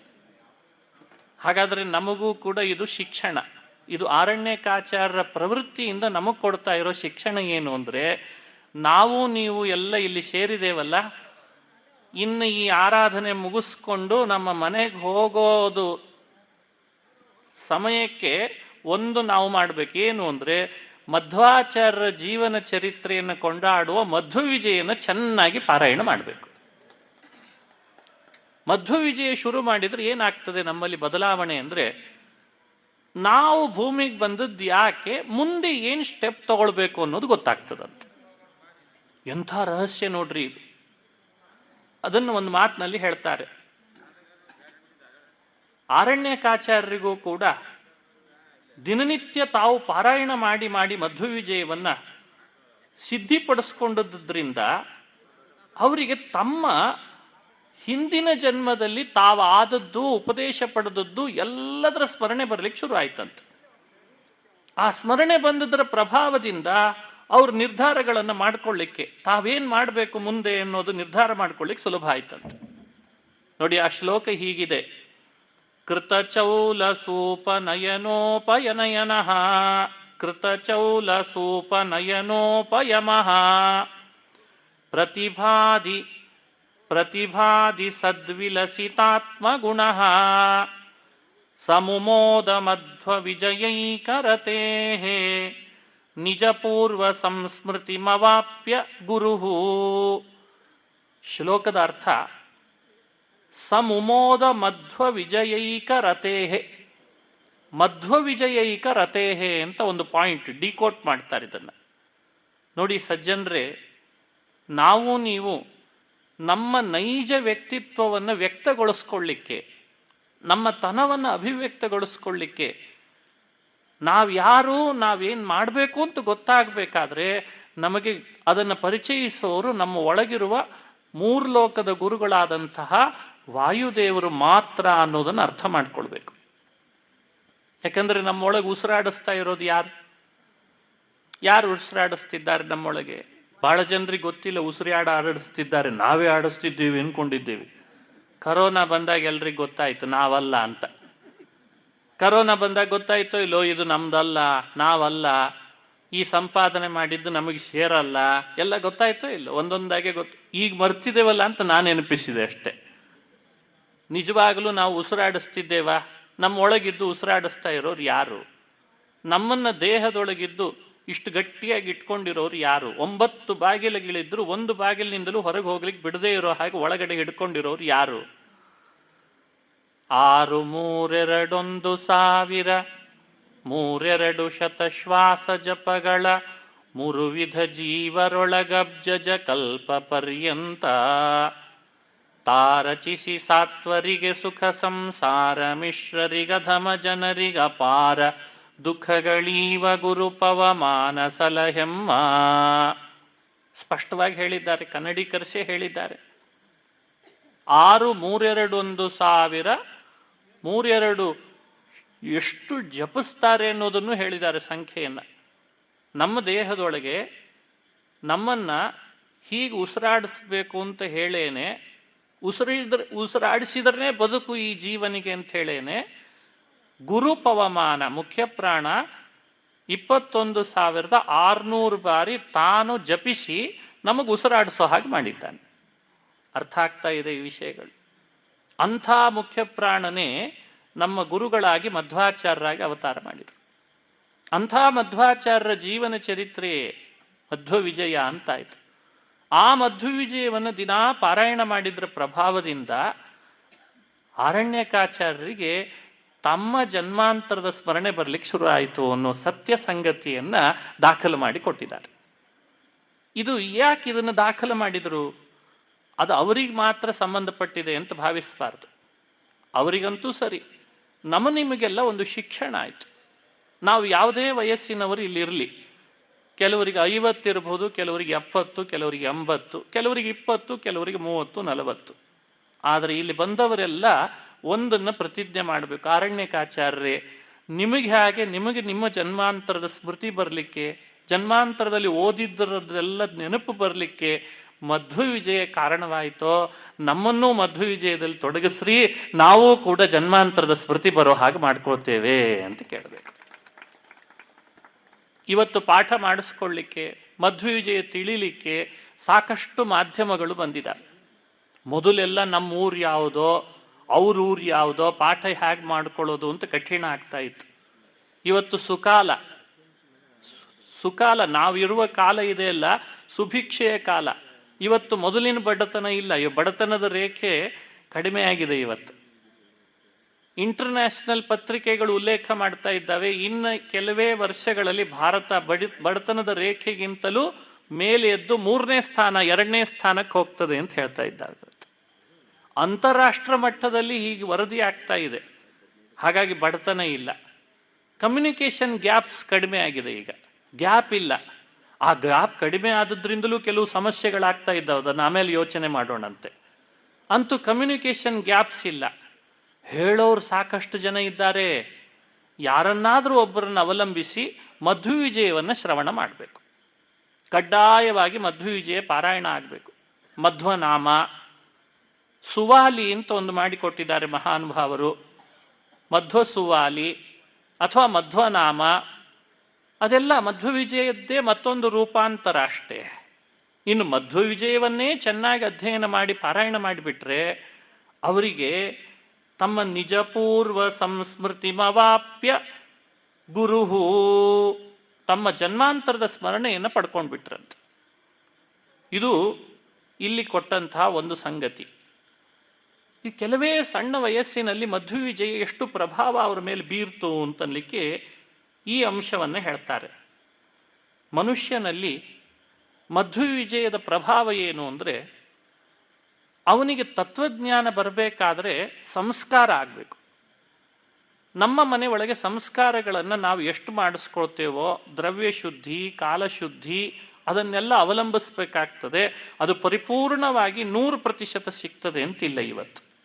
ಸತ್ಯ ಅದು. ಸರಿಯಾದ ಪುರೋಹಿತರು, ಸರಿಯಾದ ದ್ರವ್ಯ, ಸರಿಯಾದ ಕಾಲ, 100% ಎಲ್ಲ ಕರೆಕ್ಟಾಗಿರ್ತದೆ ಅಂತಿಲ್ಲ. ಆದರೆ ಮಧ್ವವಿಜಯ ಏನು ಮಾಡ್ತದೆ ಅಂದರೆ, ಮಕ್ಕಳಿಗೆ ಈ ಮಾಡುವ ಅಂಗಗಳಲ್ಲಿ ಎಷ್ಟೇ ಲೋಪ ಇದ್ದರೂ ಮಧ್ವಾಚಾರ್ಯರ ಜೀವನ ಚರಿತ್ರೆಯನ್ನು ಕೊಂಡಾಡ್ತಾ ಇದ್ರೆ ದಿನನಿತ್ಯ ಆ ಲೋಪ ಎಲ್ಲ ಸರಿ ಮಾಡಿಬಿಡ್ತದೆ. ಅದು ಈ ಶಕ್ತಿ ಮಧ್ವವಿಜಯಕ್ಕಿದೆ. ಹಾಗಾಗಿ ಪ್ರತಿಯೊಬ್ಬರು ಇಲ್ಲಿ ಬಂದಂಥ ತಾಯಂದರು ತಮ್ಮ ಮಕ್ಕಳಿಗೆ ಆರಣ್ಯಕಾಚಾರ್ಯರ ಈ ಸನ್ನಿಧಾನದಲ್ಲೇ ಪ್ರತಿಜ್ಞೆ ಮಾಡಿ ಹೋಗಬೇಕು. ಏನಂತ? ಮಧ್ವವಿಜಯವನ್ನು ನಮ್ಮ ಮಕ್ಕಳಿಗೆ ಮೊಮ್ಮಕ್ಕಳಿಗೆ ನಾವು ಕಲಿಸ್ತೇವೆ ಅಂತ. ಅದರಿಂದ ಅವರಿಗೆ ಒಳ್ಳೆಯ ಶಿಕ್ಷಣ, ಒಳ್ಳೆಯ ಸಂಸ್ಕಾರ, ಒಳ್ಳೆಯ ರೀತಿಯಾದಂಥ, ಈಗೆಲ್ಲ ಬಹಳ ಜನ ಕಂಪ್ಲೇಂಟ್ ಏನು ಹೇಳ್ತಿದ್ದಾರೆ ಬಂದು ನಮ್ಮ ಹತ್ರ, ನಮ್ಮ ಮಕ್ಕಳೇ ಯಾಕೋ ದುಶ್ಚಟಗಳಿಗೆ ದಾಸರಾಗ್ತಿದ್ದಾರೆ ಅಂತ ತಾಯಿ ನೊಂದುಕೊಂಡು ನಮಗೆ ಫೋನ್ ಮಾಡಿ ಕೇಳ್ತಾಳೆ. ನಮ್ಮ ಮೊಮ್ಮಗ ವಯಸ್ಸಿಗೆ ಬಂದಿದ್ದಾನೆ, ಎಲ್ಲ ರೀತಿಯಿಂದ ಒಳ್ಳೆಯವನಿದ್ದಾನೆ, ಮತ್ತೆ ನೋಡಿದರೆ ಯಾಕೋ ದುಶ್ಚಟ ಜಾಸ್ತಿ ಆಗಿದೆ ಅಂತಂತಾರೆ. ಎಷ್ಟು ಹೇಳಿದ್ರೂ ಕೇಳ್ತಾ ಇಲ್ಲ ನಮ್ಮ ಮಾತನ್ನು ಅವನು ಅಂತಾರೆ. ನೋಡಿ, ಆ ದುರ್ವ್ಯಸನಗಳು, ದುಶ್ಚಟಗಳು, ಅವುಗಳಿಗೆ ಬಲಿ ಆಗ್ತಾ ಇದ್ದಾರೆ. ಅವೆಲ್ಲ ಹೋಗಬೇಕಾದ್ರೆ ಅವುಗಳನ್ನೇ ನಾವು ಒತ್ತಿ ಅವ್ರಿಗೆ ಹೇಳಿದರೆ ಅದನ್ನು ಅವ್ರು ಬಿಡಲ್ಲ. ಇವತ್ತು ಮನಃಶಾಸ್ತ್ರ ಹಾಗೆ ಹೇಳ್ತದೆ. ಯಾರಾದರೂ ಮನಃಶಾಸ್ತ್ರಜ್ಞರು ಅಂತಿರ್ತಾರೆ, ಅವ್ರು ದುರ್ವ್ಯಸನಗಳನ್ನು ಪರಿಹಾರ ಮಾಡ್ತಾರೆ ಅಂತಿರ್ತಾರೆ. ಅವ್ರೇನು ಮಾಡ್ತಾರೆ ಅಂದರೆ ಅದನ್ನು ಬಿಡು ಅಂತ ಯಾವತ್ತೂ ಹೇಳಲ್ಲ ಅವರು. ಅದನ್ನು ತಗೋತಾ ಇರು, ಅಲ್ಲ ನೀನು ಅದನ್ನು ತಗೋತಾ ಇರು ಹೀಗೆ ಹೇಳ್ಬೇಕು ಅವನಿಗೆ. ಬಿಡು ಅಂದರೆ ಡಾಕ್ಟರ್ನ ಬೈಲಿಕ್ಕೆ ಶುರು ಮಾಡ್ತಾನೆ ಅವನು. ಅದಕ್ಕೆ ತಗೋತಾ ಇರು ಪರವಾಗಿಲ್ಲ, ಆದರೆ ಬರ್ತಾ ಕಡಿಮೆ ಮಾಡು ಅಂತಂತಾರೆ. ಬರ್ತಾ ಕಡಿಮೆನೂ ತಕ್ಷಣಕ್ಕೆ ಮಾಡ್ಲಿಕ್ಕಾಗಲ್ಲ. ಅದಕ್ಕೆ ಮತ್ತೊಂದು ಉಪಾಯ ಹೇಳಿಕೊಡ್ತಾರೆ. ಹೊಸ ರೀತಿಯಾದಂಥದ್ದನ್ನು ಅಡಾಪ್ಟ್ ಮಾಡಿಕೊಂಡ್ರಷ್ಟೇನೆ ಹಳೆ ವ್ಯಸನಗಳನ್ನು ಪರಿಹಾರ ಮಾಡಿಕೊಳ್ಳಿಕ್ಕಾಗ್ತದೆ ಅಂತ. ಹಾಗಾಗಿ ಮನುಷ್ಯ ಸುಸಂಸ್ಕೃತನಾಗಬೇಕು, ಸಂಸ್ಕಾರವಂತನಾಗಬೇಕಾದ್ರೆ ಅದನ್ನು ಬಿಡು ಅಂತ ಹೇಳೋದಕ್ಕಿಂತ ಇದನ್ನು ಹಿಡಿ ಅಂತ ಹೇಳಿಬಿಟ್ರೆ ತಾನಾಗೆ ಅವನಿಗೆ ಮಧ್ವವಿಜಯದಂತಹ ಗ್ರಂಥ ಸಂಸ್ಕಾರ ಅವನಿಗೆ ಸಿಕ್ತು ಅಂದರೆ ಎಲ್ಲ ಬರಲಿಕ್ಕೆ ಶುರು ಆಗ್ತದೆ. ಇನ್ನೂ ಒಂದು ವಿಶೇಷ ಅಂದರೆ, ಕೆಲವು ಮಕ್ಕಳುಗಳು ಶಾಲೆಗಳಲ್ಲಿ ಅಧ್ಯಯನ ಮಾಡುವಾಗ ಓದ್ತಾರೆ ಪಾಪ, ಅವರಿಗದು ನೆನಪೇ ಬರಲ್ಲ. ಆಮೇಲೆ ನೆನಪಿನ ಪ್ರಾಬ್ಲಮ್ಮು, ನೆನಪು ಬರಲ್ಲ. ಕೆಲವರು ಪರೀಕ್ಷೆ ಸಮಯಕ್ಕೆ ತುಂಬ ಫ್ರಸ್ಟ್ರೇಷನ್, ಇವತ್ತು ತುಂಬ ಹೆದರುತ್ತಾರೆ, ಕೈ ನಡುಗುತ್ತಾರೆ, ಇವೆಲ್ಲ ಸಮಸ್ಯೆಗಳಿವೆ. ಅವರಿಗೆ ಪ್ರತಿಭಾಶಕ್ತಿ ಬರ್ತಾ ಇಲ್ಲ, ನೆನಪುಳಿತಿಲ್ಲ. ಇಂಥವುಗಳೆಲ್ಲ ಸಮಸ್ಯೆಗಳನ್ನು ಹ್ಯಾಕೆ ಪರಿಹಾರ ಮಾಡಿಕೊಳ್ಬೇಕು? ಆರಣ್ಯಕಾಚಾರ್ಯ ಜೀವನ ಚರಿತ್ರೆಯಲ್ಲಿ ಹೇಳ್ತಾರೆ, ಅವರಿಗೆ ಮಧ್ವವಿಜಯ ಮಂತ್ರವನ್ನು ಗಟ್ಟಿ ಇಟ್ಕೊಂಡಿದ್ದರಿಂದ ಎಲ್ಲಿಲ್ಲದ ಪ್ರತಿಭಾಶಕ್ತಿ ಒಳಗಡೆಯಿಂದ ಉದ್ಭವ ಆಗ್ಲಿಕ್ಕೆ ಶುರು ಆಯ್ತಂತೆ. ಪ್ರತಿಭಾ ಪ್ರಭಾ ಪ್ರಮುಖ ಸದ್ಗುಣೈರ್ನಿಜೈ ಅತಿವಿಸ್ಮಯಂ ನಿಯಮಿನಾಂ ಮನೋನಯನ್ ಅಂತ ಹೇಳ್ತಾರೆ. ಪ್ರತಿಭಾಶಕ್ತಿ, ಮನುಷ್ಯನಿಗೆ ಗ್ರಹಣ ಶಕ್ತಿ, ಧಾರಣ ಶಕ್ತಿಗಳು, ಅದೆಲ್ಲ ಮಧ್ವಾಚಾರ್ಯರು ಅನುಗ್ರಹಿಸಬೇಕಂತ. ಆರಣ್ಯಕಾಚಾರ್ಯರಿಗೆ ಮಧ್ವವಿಜಯವನ್ನು ಚೆನ್ನಾಗಿ ಮಂತ್ರದಂತೆ ಪಾರಾಯಣ ಮಾಡಿದ್ರ ಪ್ರಭಾವದಿಂದ ಅವರ ಒಳೊಳಗೆ ಇಂಥ ಪ್ರತಿಭಾಶಕ್ತಿ ನವನವೋನ್ಮೇಷಿತವಾದದ್ದು ಉದ್ಭವ ಆಗಲಿಕ್ಕೆ ಶುರುವಾಯಿತು ಅಂತ ಒಂದು ಅಂಶವನ್ನು ಹೇಳ್ತಾರೆ. ನೋಡಿ, ಇಲ್ಲಿ ಬಂದಂಥವರಿಗೆಲ್ಲ ಇದು ಕಡ್ಡಾಯ. ಮಧ್ವವಿಜಯ ಹಾಗಾದರೆ ಪ್ರತಿಯೊಬ್ಬ ವ್ಯಕ್ತಿಯ ವ್ಯಕ್ತಿತ್ವವನ್ನು ವಿಕಸನ ಮಾಡ್ತದೆ, ಪ್ರತಿಭಾಶಕ್ತಿ ಜಾಗೃತ ಮಾಡ್ತದೆ, ಸುಸಂಸ್ಕೃತನನ್ನು ಮಾಡ್ತದೆ. ಹಾಗಾಗಿ ಅದನ್ನು ಆತ ಮಾಡಲಿ ಅಂತ ಅವರು ತಮ್ಮ ಮಹಿಮೆಗಳಿಂದ ಲೋಕಕ್ಕೆ ಉಪಕಾರ ಮಾಡಿ ತಿಳಿಸ್ತಾ ಇದ್ದಾರೆ. ಆಮೇಲೆ ಮತ್ತೊಂದು ವಿಷಯವನ್ನು ಹೇಳ್ತಾರೆ. ಮಹಾಮಂತ್ರೇಣ ಮಧ್ವವಿಜಯ ಮಹಾಮಂತ್ರೇಣ ಸಂಸ್ಮಾರಿತ ಅತೀತ ಅನಾಗತ ವರ್ತಮಾನ ಸಮಸ್ತ ಅವಶ್ಯಕ ಕಾರ್ಯಸ್ಯ ಅಂತ ಒಂದು ಮಾತು ಹೇಳ್ತಾರೆ. ಮಧ್ವವಿಜಯ ಮಂತ್ರ ಅರಣ್ಯಕಾಚಾರ್ಯರಿಗೆ ವಯಸ್ಸು ಸಣ್ಣದಿದ್ದಾಗಲೇನೆ, ನಿಮಗದೊಂದು ವಿಷಯ ಹೇಳ್ತೇನೆ, ಅರಣ್ಯಕಾಚಾರ್ಯರು ಬಹಳ ಸಣ್ಣ ವಯಸ್ಸಿನವರಿದ್ದಾಗಲೇ ಮುಂದೆ ನನ್ನ ಗೋಲ್ ಏನು ಅಂತ ತಿಳ್ಕೊಂಡ್ಬಿಟ್ಟಿದ್ರಂತೆ.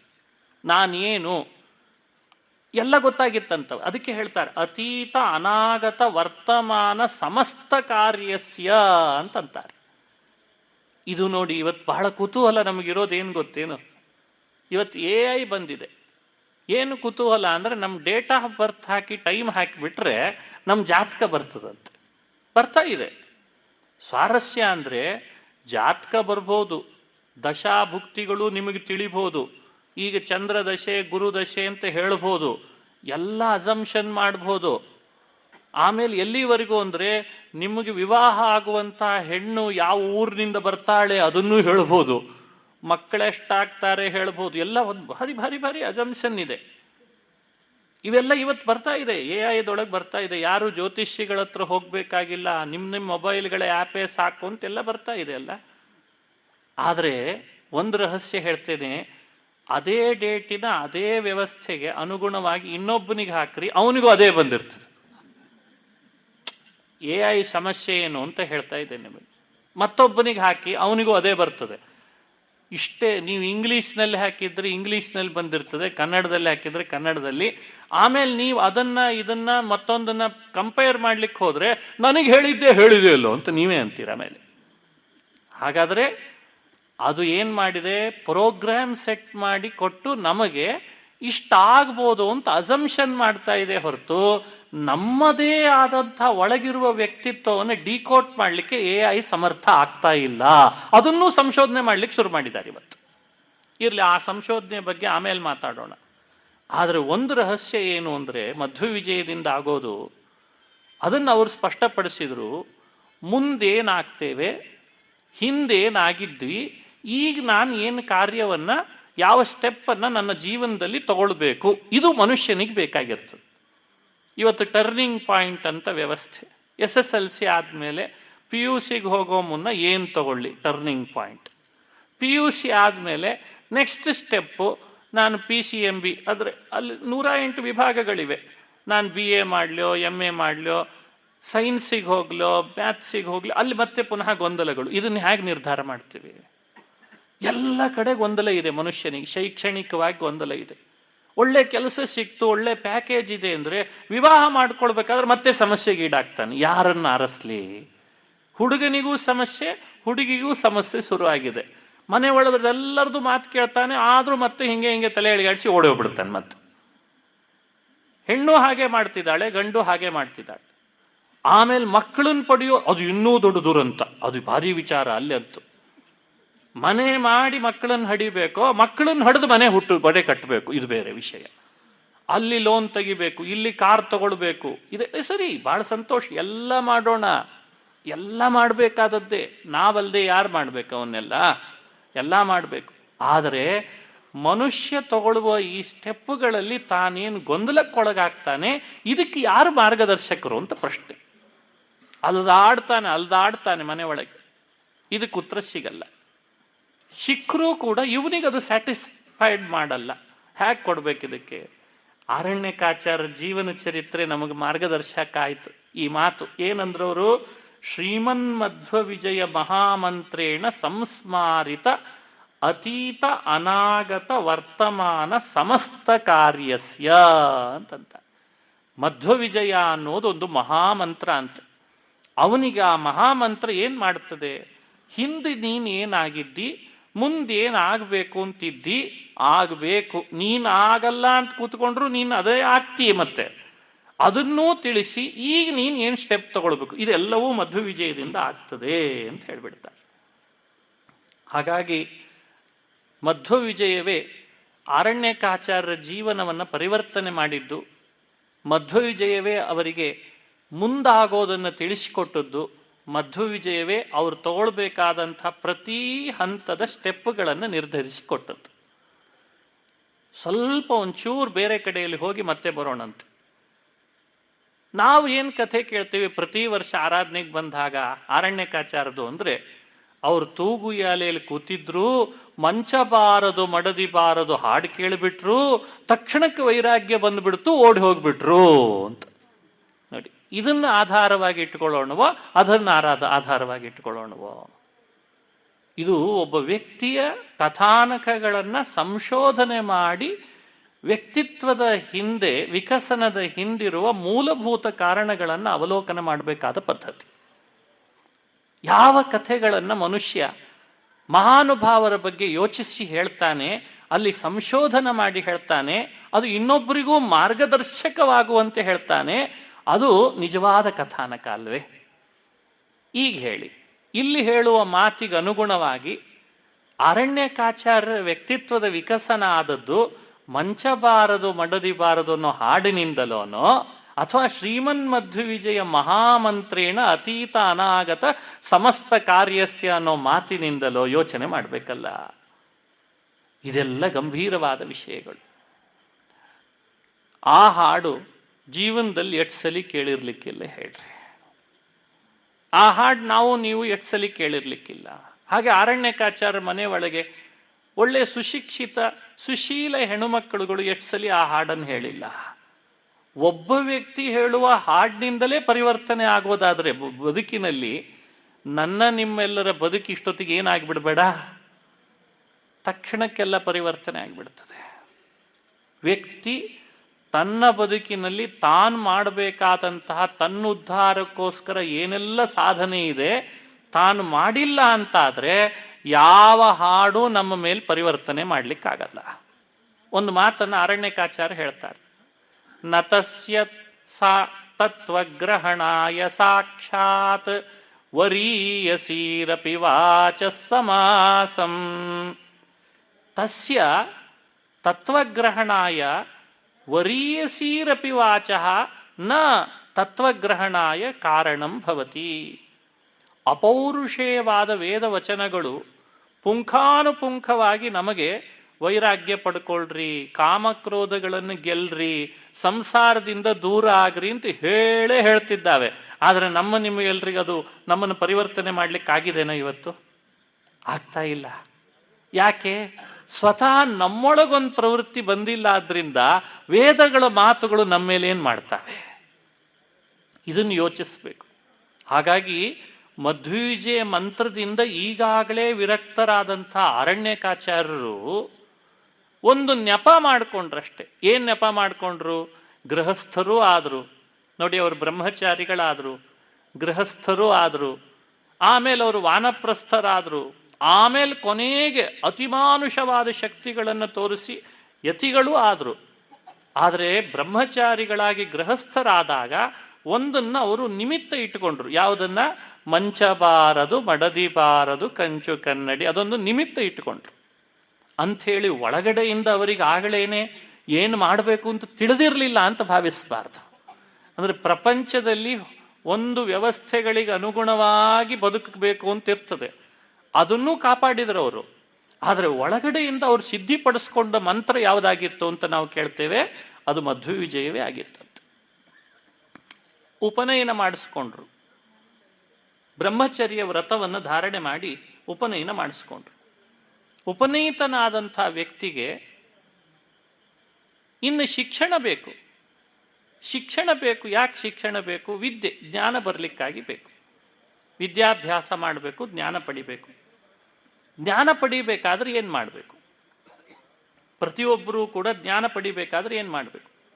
ಇದನ್ನೂ ಲೋಕಕ್ಕೆ ಶಿಕ್ಷಣ ಕೊಡ್ತಾ ಇದ್ದಾರಂತ ಅರಣ್ಯಕಾಚಾರ್ಯರು ತಾವು ಉಪನಯನ ಮಾಡಿಸ್ಕೊಂಡು. ಇತಿ ಲೋಕ ಶಿಕ್ಷಣ ಧಿಯಾಸಯೋ ಗುರುಮಧ್ವ ಚಿಹ್ನಯುತ ಪುಣ್ಯಪುರಂ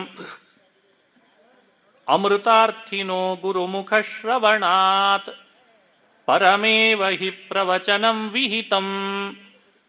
ಅಮೃತಾರ್ಥಿನಃ ಹಿ ಗುರುಮುಖ ಶ್ರವಣಾತ್ ಪ್ರವಚನಂ ಪರಮೇವ ವಿಹಿತಂ. ನಾವು ನೀವು ಈಗ ಪ್ರವಚನ ಹೇಳುವ ಈ ಕಾರ್ಯದಲ್ಲಿ ತೊಡಗಿದ್ದೇವೆ.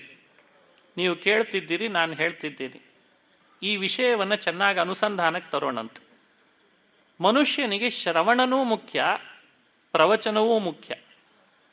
ಅದರಲ್ಲಿ ಪ್ರವಚನದಿಂದ ಎಷ್ಟು ಲಾಭ ಇದೆ, ಶ್ರವಣ ಮಾಡೋದರಿಂದ ಎಷ್ಟು ಲಾಭ ಇದೆ, ಇವುಗಳ ಬಗ್ಗೆ ಒಂದು ವಿವೇಕವನ್ನು ಕೊಡ್ತಾರೆ ಮಹಾನುಭಾವರು. ಯೋಚಿಸಬೇಕಾದ ಅಂಶ. ನಾವು ನೀವು ಇದನ್ನು ಮೊದಲೇ ಪ್ರವಚನ ಮಾಡಲಿಕ್ಕೆ ಹೋದ್ವಿ ಅಂತ ಇಟ್ಕೊಳ್ಳಿ, ಶ್ರವಣನೇ ಮಾಡಿಲ್ಲ, ಗುರುಮುಖದಿಂದ ಶ್ರವಣನೇ ಮಾಡಿಲ್ಲ, ನೇರವಾಗಿ ಪ್ರವಚನ ಮಾಡಲಿಕ್ಕೆ ಹೋದ್ವಿ ಅಂತ ಇಟ್ಕೊಳ್ರಿ. ಎಲ್ಲ ತತ್ತದ್ದೆ ಬೆದ್ದದ್ದೆ ಅಂತಿರ್ತಾರಲ್ಲ ನಮ್ಮ ಕಡೆ, ಏನು ಉಪಯೋಗ ಆಗಲ್ಲ. ಅವನು ಏನು ಹೇಳ್ತಾನೆ ಅನ್ನೋದೇ ಗೊತ್ತಾಗಲ್ಲ. ಅವನು ಶುರು ಮಾಡಿರ್ತಾನೆ ಹರಿ ಸರ್ವೋತ್ತಮ ಅಂತ ಹೇಳಿ ಶುರು ಮಾಡಿರ್ತಾನೆ, ಮುಗಿಸುವಾಗ ಕೊನೆಗೆ ವಾಯು ಜೀವೋತ್ತಮ ಅಂತ ಮುಗಿಸ್ಬಿಡ್ತಾನೆ.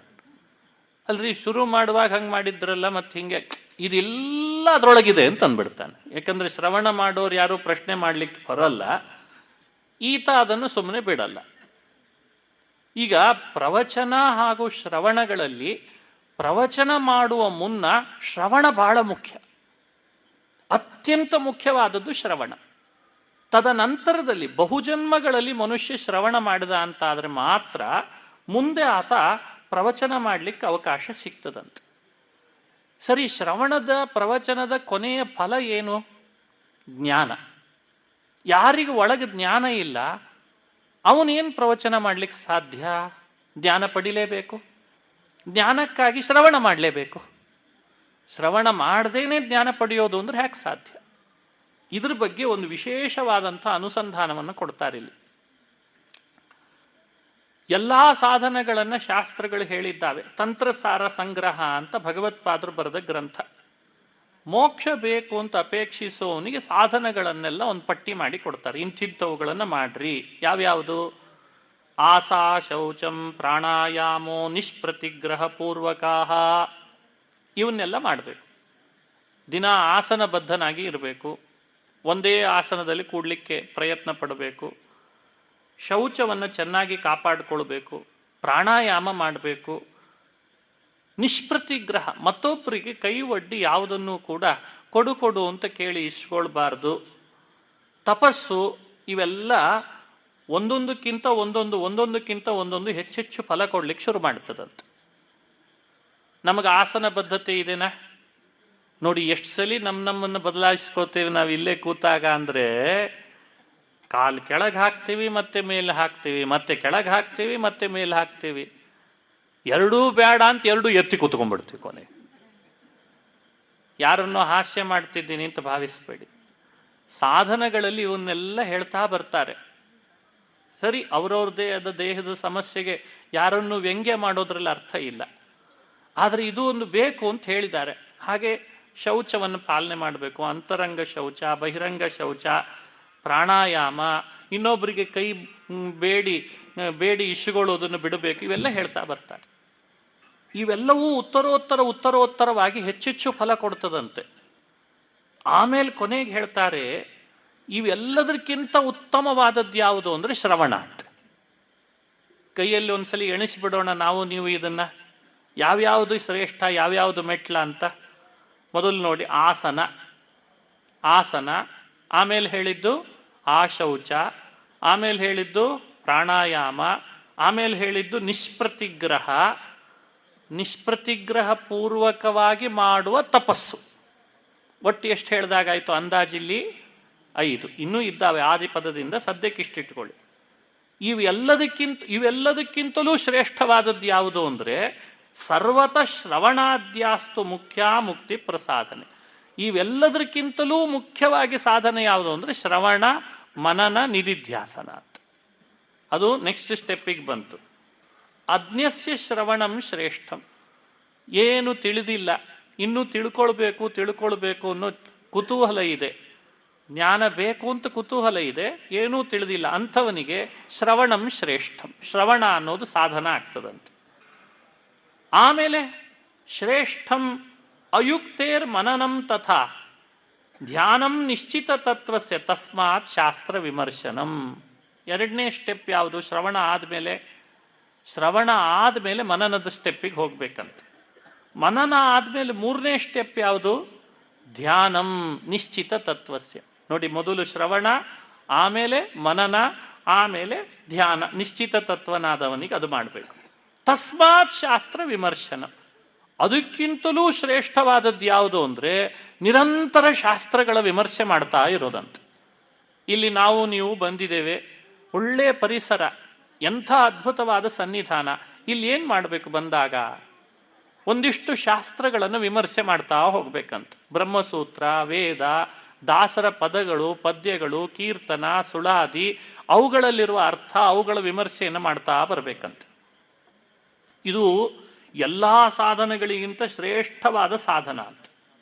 ಶಾಸ್ತ್ರ ವಿಮರ್ಶನ ರೂಪವಾದ ಸಾಧನಕ್ಕೆ ಎಷ್ಟು ಹೆಚ್ಚು ಫಲ ಇದೆ ಅಂತ ಒಂದು ಮಾತನ್ನು ಉದಾಹರಿಸ್ತಾರೆ.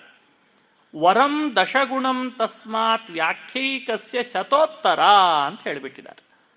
10 ಪಟ್ಟು ಹಿಂದೆ ಹೇಳಿದ್ರೆ ಮಾಡಿದ್ರಂತಹ 10 ಪಟ್ಟು ಹೆಚ್ಚೆಚ್ಚು ಫಲ ಯಾವುದು ಕೊಡ್ತದೆ ಅಂತಂದರೆ ಪ್ರವಚನ, ಶಾಸ್ತ್ರ ವಿಮರ್ಶೆ ಮಾಡುವ ಪ್ರವಚನ ಕೊಡ್ತದಂತೆ.